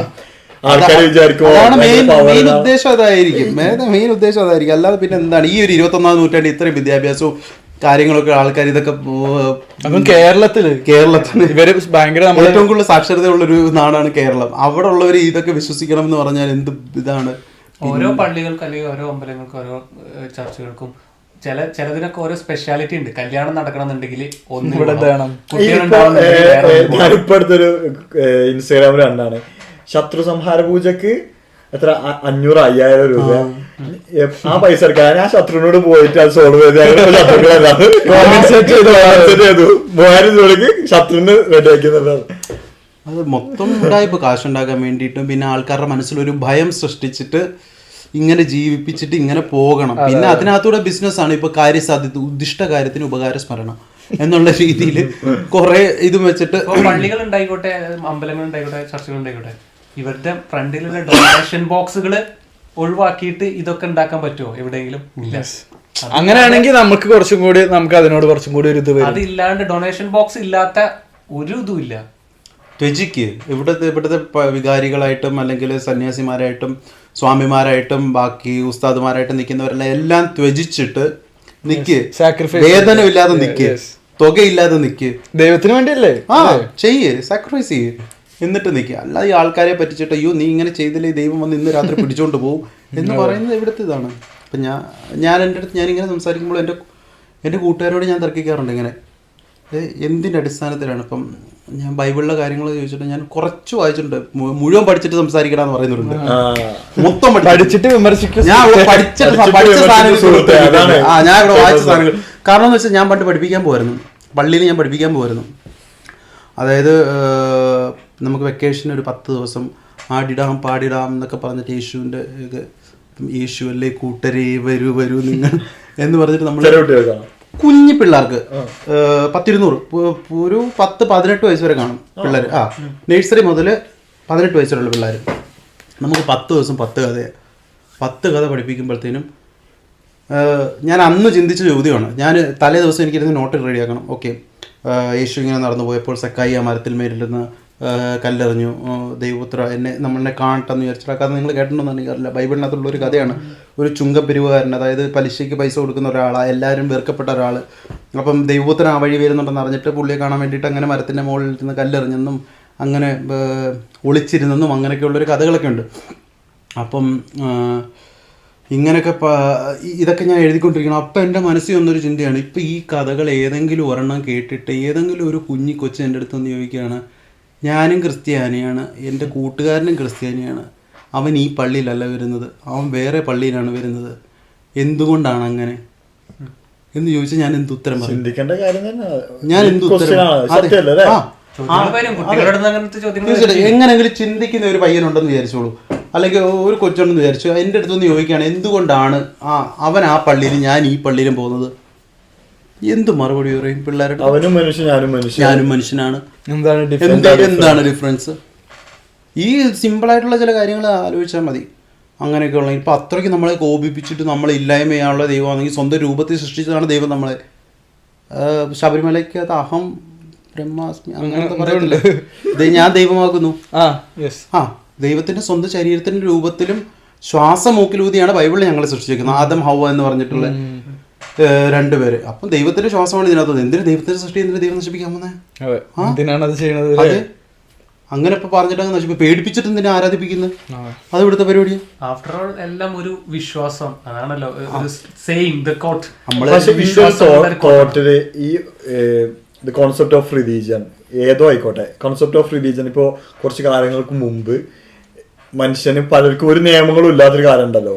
അതായത് ആർക്കും എന്തും ചെയ്യാം, ആരും പീഡിപ്പിക്കുക, എന്ത് കൊലപാതകവും ചെയ്യുക, തട്ടിപ്പറിക്കുക. അതിനൊരു കൺട്രോൾ ഉണ്ടാക്കാൻ വേണ്ടിയിട്ട് ഒരു ഫിയർ ഫാക്ടർ കൊടുത്തിട്ട് ഒരു kind of control of society, അങ്ങനെ ഒരു ഇത് വേണ്ടി ഉപയോഗിച്ച സാധനം ആവാൻ ചാൻസ് ഉണ്ട്. മേ ബി അതായിരിക്കും ഒരു പേടിപ്പിച്ച് നിർത്തുന്ന ഒരു ഫാക്ടർ ഉണ്ടാക്കിയിട്ട് ഒക്കെ തെറ്റുകൾ കൺട്രോൾ ഓഫ് ഹ്യൂമൻസ്. പക്ഷേ പണ്ടത്തെ ഗോത്രവർഗ്ഗക്കാരിപ്പം മറ്റേ മിന്നലിനെ ആരാധിച്ചു, തീയെ ആരാധിച്ചു എന്നൊക്കെ പറഞ്ഞിട്ടുള്ള രീതിയിൽ ആ ഒരു ആയിരിക്കാം അതെ ഇപ്പൊ നടക്കുന്നത്. പക്ഷെ എന്നാലും അതിന് റെലവൻസ് ഉണ്ടോ എന്നുള്ളൊരു ചോദ്യമാണ്. അതാണ് ഇപ്പോ വി ഹാവ് ലോസ്, നിയമങ്ങളുണ്ട്, രാജ്യത്തിലെ നിയമം ഇപ്പൊ ഒറിജിനൽ അന്ന് പറഞ്ഞപ്പോ ബൈബിൾ ആയാലും ഖുർആൻ ആയാലും whatever it is, അന്ന് ഒരു സെറ്റ് ഓഫ് റൂൾസ് ഉണ്ടാക്കി. ആ സെയിം സെറ്റ് ഓഫ് റൂൾസ് ഇന്ന് ഒരിക്കലും ഒരു മനുഷ്യനും ജീവിക്കാൻ പറ്റില്ല. അത് കാലം മാറുന്നതോട് കൂടിയിട്ട് ഇവര് അപ്ഡേറ്റ് ചെയ്തുപോലെ ചെയ്ത് പല കാര്യങ്ങളും മാറി. അതിന്റെ ബെസ്റ്റ് എക്സാമ്പിൾ ആണ് ഫോർ എക്സാമ്പിൾ ഇപ്പോ മുസ്ലിം റിലീജിയനില് ഈ പണ്ടൊക്കെ ഇതില് കാണാൻ പറ്റില്ല എന്ന് പറയും, ഫോണ് കാണാൻ പാടില്ല, പക്ഷെ ഇപ്പൊ ഉസ്താദുമാരൊക്കെ യൂട്യൂബ് ചാനലില് ഇൻസ്റ്റഗ്രാം റീലുകൾ ചെയ്യുന്നു. അപ്പൊ ഈ ഒരു കോൺസെപ്റ്റ് ചിന്തിച്ചാൽ മനസ്സിലാവും how this evolving of this. ഞാനത് കണ്ടിരുന്നു. അപ്പൊ അതില് ഒരാളിങ്ങനെ പറയുന്നു, അതായത് നല്ലതിനാണ് അത് ഉപയോഗിക്കുന്നുണ്ടെങ്കിൽ അല്ലാന്നുണ്ടെങ്കിൽ, അപ്പൊ അതാ പറഞ്ഞത് എല്ലാം ഫ്ലെക്സിബിൾ ആക്കിയിട്ട് ഇങ്ങനെ അവരതൊരു ജനറൽ ടേം ആക്കി പറയാണ്, അവർക്ക് വേണ്ട രീതിയിൽ അതിനെ മാറ്റുകയാണ്. ഇപ്പൊ ഒരു ഇതുണ്ടല്ലോ, നമുക്കിപ്പോ പറയാ ന്യൂട്ടൺസ് ഇത് പറയുകയാണെങ്കിൽ four every action there is an equal and opposite reaction എന്ന് പറഞ്ഞൊരു സാധനം ഉണ്ട്. അതനക്ക് അങ്ങനെ പറയാം, that is the law. But അനക്ക് ഇങ്ങനെ മാറ്റാം, for every action Dinkan will apply equal and opposite reaction. അതേമാതിരിയാണ് ഇപ്പൊ ഇവരെല്ലാ ഒരു സാധനത്തിലും അവരൊരു ഇതിനെ കണ്ടെത്തുകയാണ്, അങ്ങനെ ഒരു റീസണിങ് കൊടുക്കുകയാണ്. എല്ലാവരും ആ ഒരു എന്തെങ്കിലുമൊക്കെ കോൺട്രവേഴ്സി ഉണ്ടാക്കുമ്പോൾ ഇടയ്ക്ക് ഒരുത്തനുണ്ടായിരുന്നു, മാതാപിതാക്കളെ മാപ്പ് ഇതെങ്ങോട്ടില്ല, എന്ത് വരികളാണിത്, ഇതൊക്കെ എന്താണ് സിനിമയായിട്ട് കാണാനും. അതായത് ആ ഒരു സിനിമയുടെ സാഹചര്യത്തിൽ ആ പാട്ടാണ് അതിനെ ആപ്റ്റ്. അവരത് കാണാതെ ഭയങ്കരമായിട്ട് പറയുന്ന ഓരോ വാക്കുകളൊക്കെ എടുത്തിട്ട് അതിനെ മോറൽ പോലീസ് ചെയ്യുക. അതെ, അത് കേട്ട് വിശ്വസിക്കുന്നവരും ഉണ്ട്. അതുകൊണ്ടാണ് മതങ്ങളുടെ കാര്യവും. അത് കേട്ട് വിശ്വസിച്ചിട്ട് ഇപ്പം എൻ്റെ വീട്ടുകാരെന്നെ പഠിപ്പിച്ച ദൈവങ്ങൾ, ഇപ്പം വീട്ടിൽ പ്രാർത്ഥന ഉണ്ടായിരുന്നു. ഇപ്പോൾ ഇപ്പോഴും ക്രിസ്തീയ ഗാനങ്ങളും ക്രിസ്തീയ വിശ്വാസങ്ങളും എനിക്കറിയാം. എൻ്റെ വീട്ടിൽ എൻ്റെ അമ്മച്ചിയൊക്കെ ഭയങ്കര പ്രാർത്ഥനയും അത് ഇതൊക്കെയാണ്. പക്ഷെ അവരിങ്ങനെ പറഞ്ഞ് നമ്മളൊരു പോയിന്റിൽ ഔട്ട് ഓഫ് ദ ബോക്സ് ചിന്തിക്കാൻ തുടങ്ങിയപ്പോഴാണ് നമുക്ക് ഇതുകൊണ്ടൊക്കെയുള്ളൊരു റിയാലിറ്റി ചെക്ക്, ഇങ്ങനെയാണോ സംഭവം, ഇങ്ങനെയാണോ വേണ്ടത്? അതെ. ഇപ്പം ഞാൻ പറയട്ടെ, സൗരവ് ജനിച്ചപ്പോഴും വേറെ, അല്ലെങ്കിൽ ഞാൻ ജനിച്ചപ്പോഴും ഒരു നേഴ്സ് വന്നിട്ട് എടുത്ത് മാറ്റിയിട്ടാൽ തീരാവുന്ന പ്രശ്നമുള്ളൂ, അത്രേ ഉള്ളൂ. പിന്നീട് ഉണ്ടാവുന്ന വെച്ചാൽ നമുക്ക് ഇങ്ങനെ ഒരു പ്രൊപ്പഗണ്ട നമ്മളുടെ അടിച്ചമർത്തപ്പെട്ട് പിന്നീട് അങ്ങനെ പോവാണ്. ഇപ്പൊ ഈ ഇടയ്ക്ക് ഞാൻ വെറുതെ ഇരുന്ന സമയത്ത് എല്ലാരും പറഞ്ഞൊരു മൂവി ഞാൻ കണ്ടു, കേരള സ്റ്റോറി. അത് പടം കണ്ടപ്പോ ഇറ്റ്സ് ലൈക്ക് യുനോ അവരതിൽ അടിച്ചമർത്തപ്പെടുന്ന നമുക്കിങ്ങനെ ഉണ്ടല്ലോ, നമുക്കിങ്ങനെ അത് ഒരു അൺഎഡ്യൂക്കേറ്റഡ് ആയിട്ടുള്ള ഒരാള് എല്ലാം വിഴുങ്ങുന്ന ഒരാൾ കണ്ടു കഴിഞ്ഞാൽ അത് അങ്ങനെ വിഴുങ്ങും അവിടെ. ഞാൻ അതിന്റെ റിവ്യൂ എടുക്കാൻ പോയായിരുന്നു. നോർത്ത് ഇന്ത്യക്കാരുടെ അടുത്തെല്ലാം നിങ്ങൾ ഇത് വിശ്വസിക്കുന്നു, തീർച്ചയായിട്ടും വിശ്വസിക്കുന്നു, കേരളത്തിൽ ഇതാണ് നടക്കുന്നതെന്ന്. ഞാൻ വീഡിയോ എടുക്കാൻ പോയി, ഞാൻ റിവ്യൂ എടുക്കാൻ പോയി, മൂവിന്റെ റിവ്യൂ എടുക്കാൻ പോയപ്പോഴും നോർത്ത് ഇന്ത്യക്കാരെ കരഞ്ഞോണ്ടിരുന്നു, എന്തൊരു അവസ്ഥയെന്ന്. ആ ഒരു രീതിയിലാണ് ചുമ്മാ അടിച്ചേൽപ്പിക്കുകയാണ് പ്രൊപ്പഗണ്ട എന്നുള്ള രീതിയിൽ അടിച്ചേൽപ്പിക്കുകയാണ് പല കാര്യങ്ങളും. ഇപ്പോഴത്തെ ഈ ഒരു 21 വിദ്യാഭ്യാസവും വിവരവും പുറത്തൊക്കെ പോകുന്ന ആൾക്കാർ ഇപ്പൊ പക്ഷെ എനിക്ക് തോന്നുന്നത് എന്താ അറിയോ, ഞാൻ ഞങ്ങളെപ്പോഴും സംസാരിക്കണവരാണ് ഞങ്ങള് 3 പേരും. അതായത് ഇപ്പൊ ഒരുപാട് ആൾക്കാർ സയന്റിഫിക് ആയിട്ട് കാര്യങ്ങൾ ചിന്തിക്കാൻ തുടങ്ങി, റീസണിങ്സ് അന്വേഷിക്കാൻ തുടങ്ങി. അപ്പോൾ ഒരുവിധ ആൾക്കാർക്കൊക്കെ ഇപ്പൊ കുറച്ചും കൂടി ഇപ്പൊ ശ്രദ്ധിച്ചിട്ടുണ്ടോ അറിയില്ല, ഈ ഇൻടോളറൻസ് കൂടുതലാണ്. എല്ലാത്തിലും മതം കാണുക, അത് കാണുക ഉള്ള ആൾക്കാരാണ്. അപ്പൊ ഇവർക്ക് എന്തോ ഒരു പേടി പോലെയാണ്, ഇത് പോവോ. അപ്പൊ ഉള്ള ആൾക്കാർ ഇതിനെ ഭയങ്കരമായിട്ട് പുഷ് ചെയ്യുക. എനിക്ക് അങ്ങനെ തോന്നിയിട്ടുണ്ട്, ഭയങ്കരമായിട്ട് അതൊരു ഇതായി പറയുക. പക്ഷെ അതുപോലെ തന്നെ ഞാനും ശ്രദ്ധിച്ചിട്ടുണ്ട്, ഈ ഇപ്പൊ എഡ്യൂക്കേറ്റഡ് ആയ ആൾക്കാരും എഡ്യൂക്കേറ്റഡ് ആൾക്കാരും അന്ധവിശ്വാസം, I don't think there is A concern. ഇപ്പൊ ഞാൻ റീസെന്റ് നോർത്ത് ഇന്ത്യയിൽ ഒരു ന്യൂസ് കേട്ടു, 2 പേര് MBA ഗ്രാജുവേറ്റ് ഏതോ കോർപ്പറേറ്റിൽ വർക്ക് ചെയ്യാണ്, ഒരു അന്ധവിശ്വാസം കാരണം സ്വന്തം കുഞ്ഞിനെ കൊന്നു. എന്തോ ഒരു കാര്യസാധ്യത്തിന് വേണ്ടി. അപ്പൊ അപ്പഴേ എനിക്ക് ഇങ്ങനെ ആലോചിച്ചു, അപ്പൊ എഡ്യൂക്കേഷൻ ഇതൊരു related, it's all about what human thing. നമ്മുടെ ISROയുടെ പറയില്ലേ, നാരങ്ങയുടെ റോക്കറ്റ് വിടുമ്പോ നോക്കണ്ട് നാരങ്ങ ഫ്ലൈറ്റ്, പുതിയ ഫ്ലൈറ്റ് ഇവര് ഞാൻ കണ്ടിട്ടുണ്ട്, വോൾവോന്റെ കാറ് വാങ്ങും, എല്ലാവരും സേഫ്റ്റി ടെസ്റ്റ് കൊടുത്തിട്ട് ലോകത്തിലെ ഏറ്റവും സേഫസ്റ്റ് കാറാണ്, പക്ഷെ എന്നാലും പോയിട്ട് അമ്പലത്തിൽ പോയിട്ടൊരു പൂജ ചെയ്യും. അതേമാതിരിയാണ് ഇവര്. പക്ഷെ അതിന്റെ പുറകിൽ ഏതാണ്ട് സയൻസ് ആണ്, ഞാൻ ഇവിടെ വായിച്ചിട്ടുണ്ട്. അതിന്റെ പുറകിൽ കാളവണ്ടിയുടെ എന്തോ ഒരു സാധനമാണ്, കുതിരവണ്ടിയുടെ എന്തോ കെട്ടിത്തൂക്കുമ്പോഴത്തേനും അതിനാന്നുള്ള എരിയോ അത് ഏതാണ്ടൊക്കെ വന്നിട്ട് സിട്രസ് ആക്സിഡോ സംതിങ് എന്താണ്ട് പുറത്തു വന്നിട്ട് അതിനൊരു എക്സ്പ്ലനേഷൻ ഉണ്ടാവും. പക്ഷെ അത് ബ്ലൈൻഡ് ആയിട്ട് ഇത് ചെയ്യാണ്. ഇതെല്ലാം പണ്ട് എനിക്ക് ഈ ആവേശം ഉണ്ടായിരുന്നു. ഞാൻ മർത്തോമ എന്ന് പറയുന്ന സഭയിലാണ്, ഞാൻ ഓർത്തഡോക്സ് എന്ന് പറയുന്ന വേറെ സഭക്കാരുണ്ട്. ഞാൻ മർത്തോമക്കാരനാന്ന് പറഞ്ഞിട്ട് ക്ലാസ്സിൽ പോയി ഞാൻ ഓർത്തഡോക്സിന്റെ അടുത്ത് അടിയിടുമായിരുന്നു, ഞങ്ങളടാ വലുതെന്ന്. എന്തുകൊണ്ട് എനിക്ക് കിട്ടുന്ന ആ ഒരു അറ്റ്മോസ്ഫിയർ പള്ളിയിൽ പോകുമ്പോൾ കിട്ടുമ്പം, ചരിത്രങ്ങൾ പഠിക്കുമ്പോഴത്തേനും ആരാ കേവൻ, ഞങ്ങൾ കേവൻ, മറ്റവര് ഫേക്ക്. അതങ്ങനെയാണല്ലോ അവരുടെ ഒരു. പിന്നെ കല്യാണ മാർക്കറ്റിലൊക്കെ അതിന്റെ ഒരു റിഫ്ലക്ഷൻ ഉണ്ട്. നാട്ടിൽ നമ്മൾ ജീവിക്കാൻ അതൊരു സാധനമാണ്. ഇല്ലാന്നുണ്ടെങ്കിൽ ഇപ്പൊ നമ്മൾ പറഞ്ഞ മാതിരി സൊസൈറ്റി ബിൽഡ് ചെയ്തൊരു സംഗതിയാണ്. അപ്പൊ അതില് ജീവിക്കുമ്പോ അത് വേണം എന്നുള്ളൊരു, without that it's impossible to live എന്നുള്ളൊരു കൺസെപ്റ്റ്. ഞാൻ പക്ഷെ വേറൊരു കാര്യം ഉണ്ട് കേട്ടോ, ഞാൻ ഒരു കാലത്ത് ഇവരായിട്ട് തർക്കിക്കും, നമ്മൾ ഇതൊക്കെ ഉണ്ട്. പക്ഷെ എനിക്ക് അവരെന്തുകൊണ്ടാണ് അങ്ങനെയെന്ന് എനിക്കറിയാം. അത് അവരുടെ മിസ്റ്റേക്ക് അല്ല, നമ്മുടെ ഒരു സോഷ്യൽ ഇത് എന്ന് പറഞ്ഞു കഴിഞ്ഞാൽ അതാണ്. അവരെ ഇൻടോക്സിക്കേറ്റ് ചെറുപ്പം തൊട്ടേ നമുക്ക് അവരെ കുറ്റം പറയാൻ പറ്റുമോ? പറ്റത്തില്ല. അതെ, പറ്റത്തില്ല. സ്വയം ബോധം വരണം, എന്താണ് നടക്കുന്നത്, ഏതാണ് നടക്കുന്നത് എന്നുള്ള സ്വയം തിരിച്ചറിവില്ലാതെ നമുക്കൊന്നും ചെയ്യാൻ പറ്റത്തില്ല. ആർക്കും ആരും മാറ്റാനും പറ്റത്തില്ല. ഇതില് സ്വയം വന്നിട്ട് എഴുതാൻ പറ്റുള്ളൂ. ഞാൻ നമ്മുടെ കൂട്ടുകാരുടെ അടുത്ത് മിക്കവാറും ഞാൻ അടിയിടും, ഇവന്മാരെന്നും ഞായറാഴ്ച ഇവിടെ പള്ളി പോകും. ഞായറാഴ്ച പള്ളി പോകുമ്പോൾ ശിവം പണ്ട് അച്ഛനെ പള്ളിയിൽ അച്ഛനെ പിടിച്ച് കൊങ്കി പിടിച്ച് ആൾക്കാരെ വെച്ചോലെ അവനിപ്പം വിശ്വാസി. അവനിപ്പം വിശ്വാസി 28-29 ചായ ഉണ്ടാവും. ഇവൻ പള്ളിയിൽ പോയിട്ട് മുട്ടിപ്പായിട്ട് ഞാൻ പറഞ്ഞു പറയുമ്പോൾ പള്ളി കയറാത്തവനായിരുന്നു.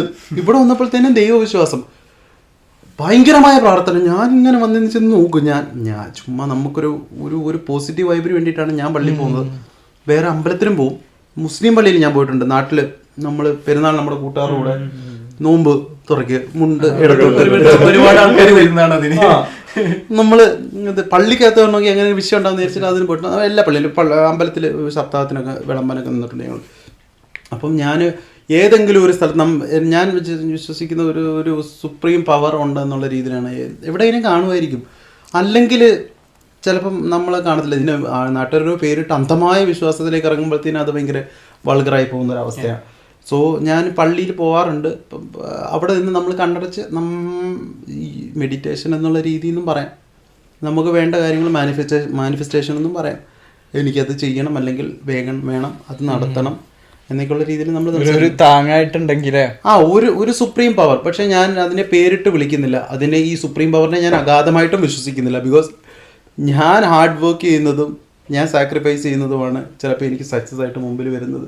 അതാണ് വാട്ട് മാറ്റേഴ്സ്. അതെ, എൻ്റെ ഹാർഡ് വർക്ക് അല്ലെങ്കിൽ ഞാൻ ത്യജിച്ച കാര്യങ്ങൾ, ചില കാര്യങ്ങൾ നേടിയെടുക്കണമെങ്കിൽ അത് എനിക്ക് ഈസി പീസി ആയിട്ട് പോകാം. അപ്പം ഞാൻ പറഞ്ഞു ഇപ്പോൾ DJ എന്നുള്ള രീതിയിൽ എനിക്ക് അന്നത്തെ രാത്രിയിൽ ഓഫീസ് പണി കഴിഞ്ഞിട്ട് വന്ന് കിടന്നുറങ്ങാം. എനിക്ക് അതിൻ്റെ ആവശ്യമില്ല. പക്ഷേ ഞാൻ ഉറക്കമുളച്ച് സാക്രിഫൈസ് ചെയ്ത് നമ്മൾ മുമ്പോട്ട്, ഇതെൻ്റെ സ്വന്തം കഠിനാധ്വാനമാണ്. സ്വന്തം കഠിനാധ്വാനത്തിൽ ഇപ്പോൾ എന്തെങ്കിലും ഉണ്ടെങ്കിലും നാളെ നമ്മളില്ലാതായി പോവുകയാണെങ്കിലും എൻ്റെ മാത്രം തീരുമാനങ്ങളാണ്. ഇപ്പം ദുർഗസമ്മ പറയുന്നവർക്ക് എൻ്റെ വിധി എൻ്റെ തീരുമാനങ്ങൾ. ഇല്ലെങ്കിലില്ല, തീർന്നു, അത്രേ ഉള്ളൂ. ഇപ്പം ഭയപ്പെടുത്തി പ്രാർത്ഥിപ്പിക്കുന്ന ഒരു ദൈവമാണ് അതെങ്കിൽ എനിക്ക് വേണ്ട. സ്വന്തം രൂപത്തിലുണ്ടാക്കിയിട്ടൊരു ദൈവമാണ്. അപ്പം അങ്ങനെ നശിപ്പിക്കുകയാണെങ്കിൽ ഓക്കെ, അങ്ങനെ നശിക്കട്ടെ എന്നങ്ങ് വിചാരിക്കണം. ആ ഒരു ചിന്ത എൻ്റെ ഇതാണ്. ഞാൻ വിചാരിച്ചു വെച്ചിരിക്കുന്നതാണ്. ഇപ്പം എൻ്റെ മമ്മിയൊക്കെ കാണുവാണെങ്കിൽ ഇടിക്കും എന്നെ.